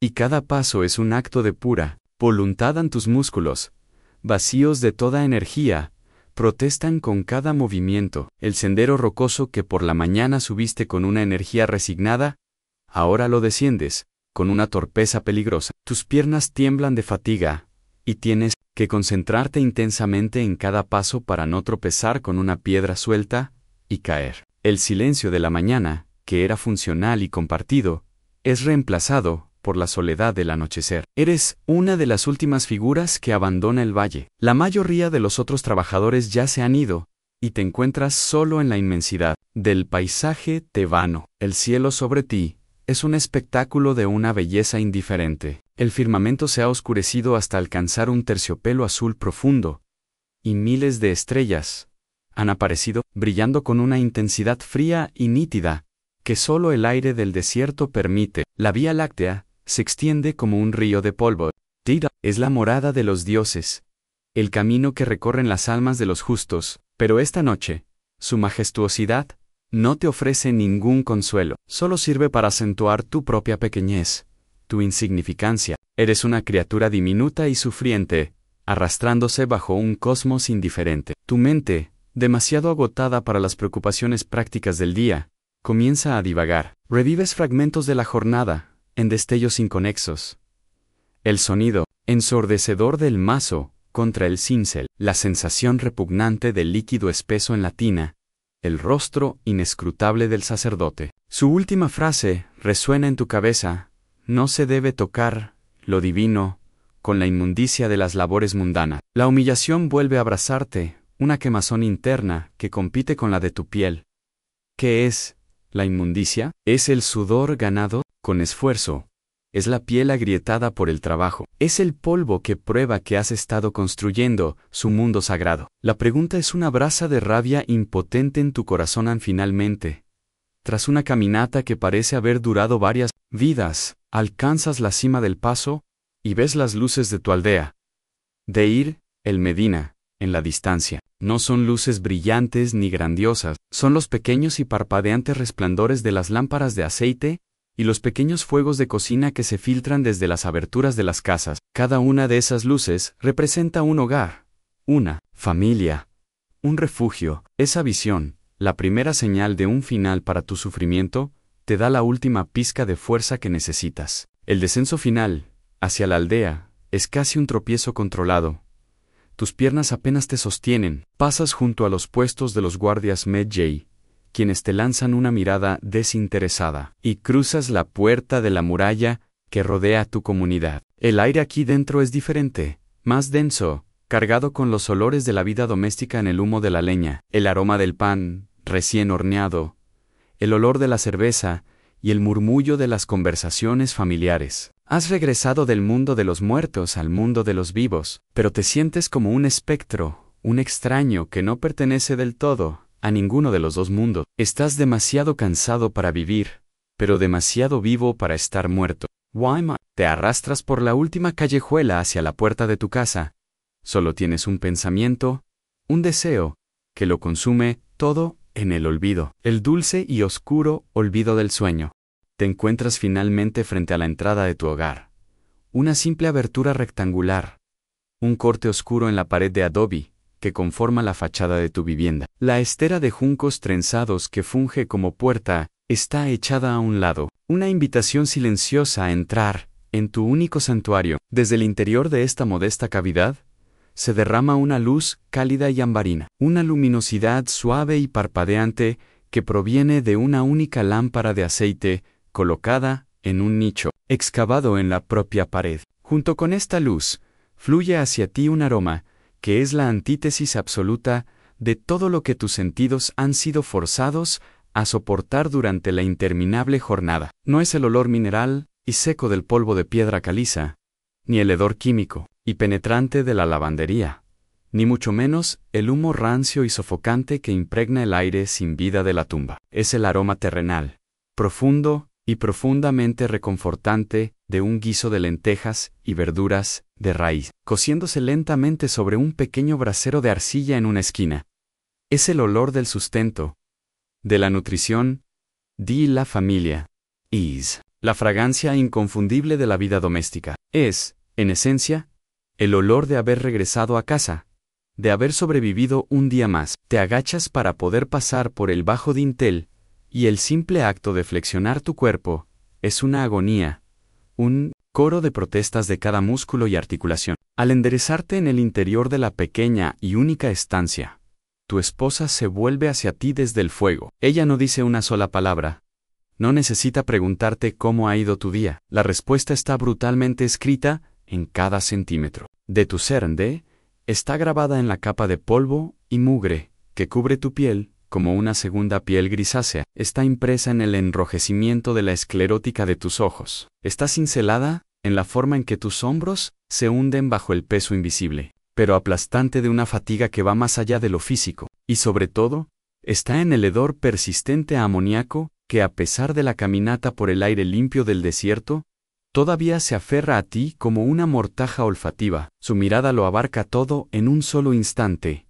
Una evaluación silenciosa, rápida y experta, fruto de incontables años de presenciar exactamente el mismo regreso. En sus ojos no hay lástima, pues la lástima es un lujo inútil y un sentimiento que no alimenta. Hay, en cambio, una profunda y pragmática comprensión, una aceptación tácita del precio exorbitante que ambos pagáis diariamente por vuestra modesta supervivencia.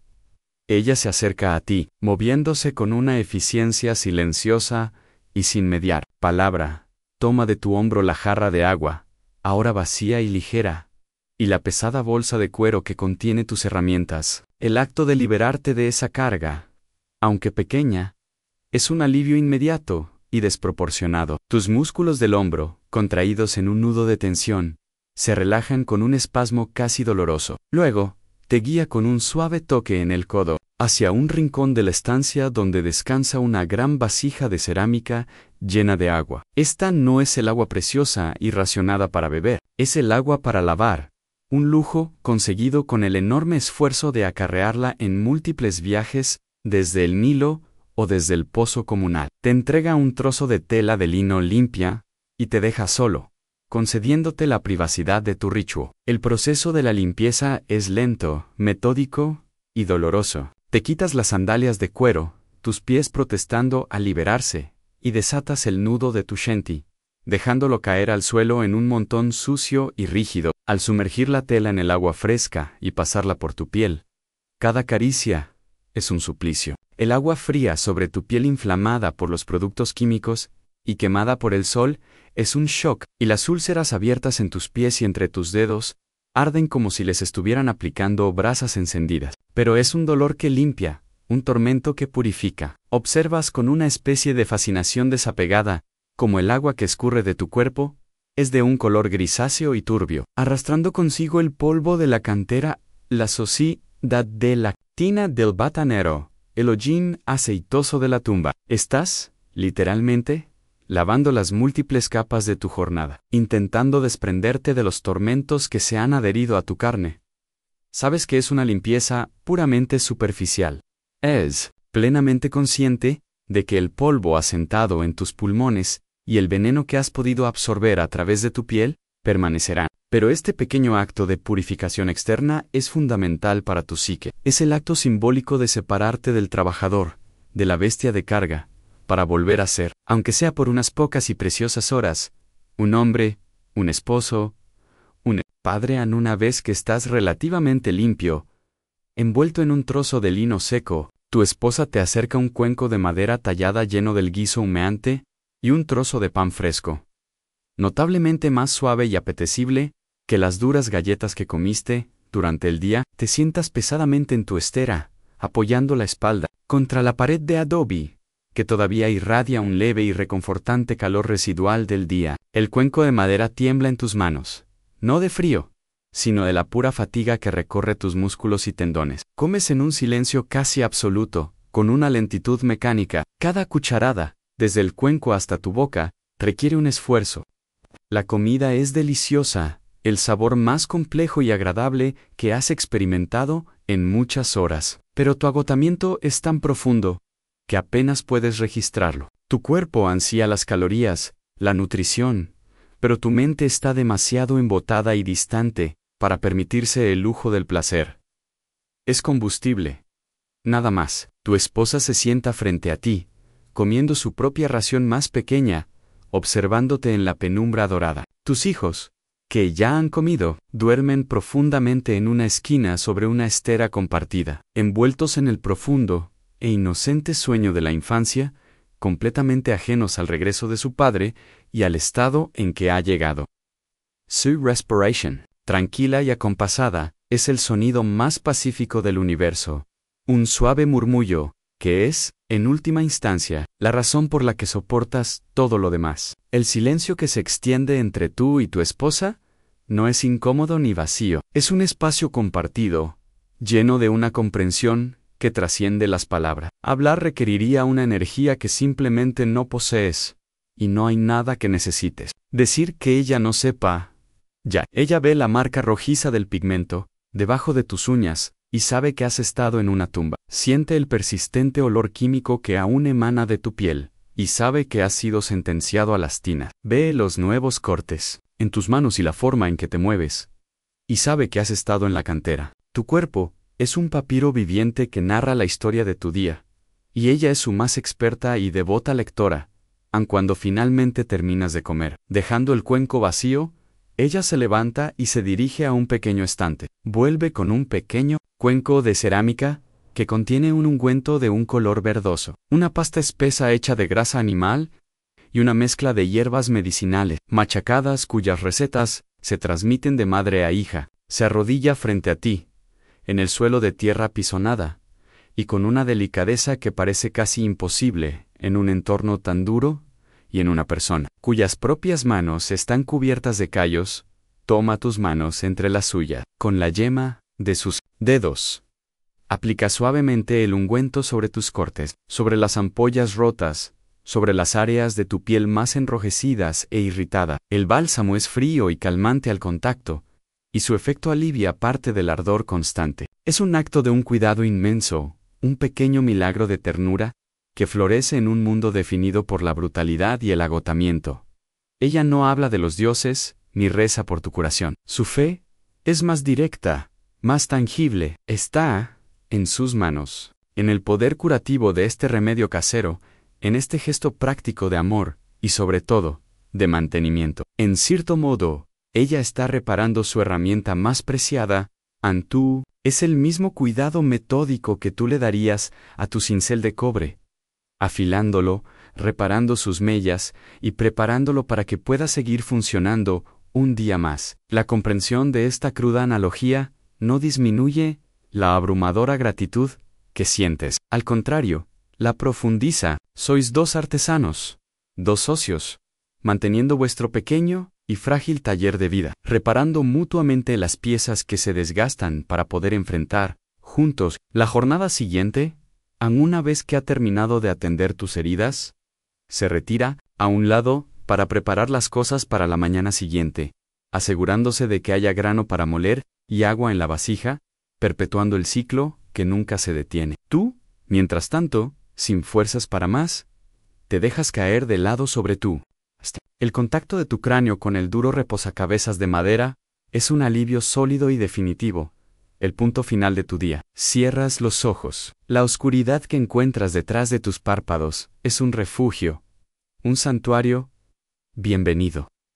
La jornada, que hasta hace poco eran tan vívidas y caóticas, comienzan a desvanecerse, a perder sus bordes afilados, hundiéndose lentamente en la niebla del agotamiento. El dolor de tu cuerpo no desaparece, pero sufre una transformación. Ya no es una colección de ataques agudos y localizados, sino un zumbido sordo, profundo y generalizado. El murmullo de un cuerpo que ha sido llevado mucho más allá de sus límites, y ahora comienza su lento y fundamentalmente incompleto proceso de reparación nocturna. El sueño no llega suavemente, no te seduce, se abalanza sobre ti con la fuerza de una inundación. Es un abismo negro, un pozo sin fondo que te traga sin previo aviso y sin ofrecer resistencia. No hay transición, no hay sueños lúcidos, no hay fantasías. No sueñas con los dioses de caras de halcón que has pintado, ni con los faraones para los que construyes palacios de eternidad. No sueñas con los idílicos campos de juncos del más allá. Tu recompensa es mucho más simple y mucho más profunda. El sueño es, simplemente, el cese total de la conciencia. Es un apagón, un bendito olvido temporal, la única recompensa verdadera y tangible por tu trabajo. Es el breve interludio de la nada que te permitirá de alguna manera levantarte en unas pocas horas. Cuando la luna todavía esté alta en el cielo y la casa esté fría y oscura, al sonido familiar y eterno de la piedra de moler de tu esposa. Y el ciclo, implacable, inmutable e indiferente, como la trayectoria del sol a través del cielo, comenzará de nuevo.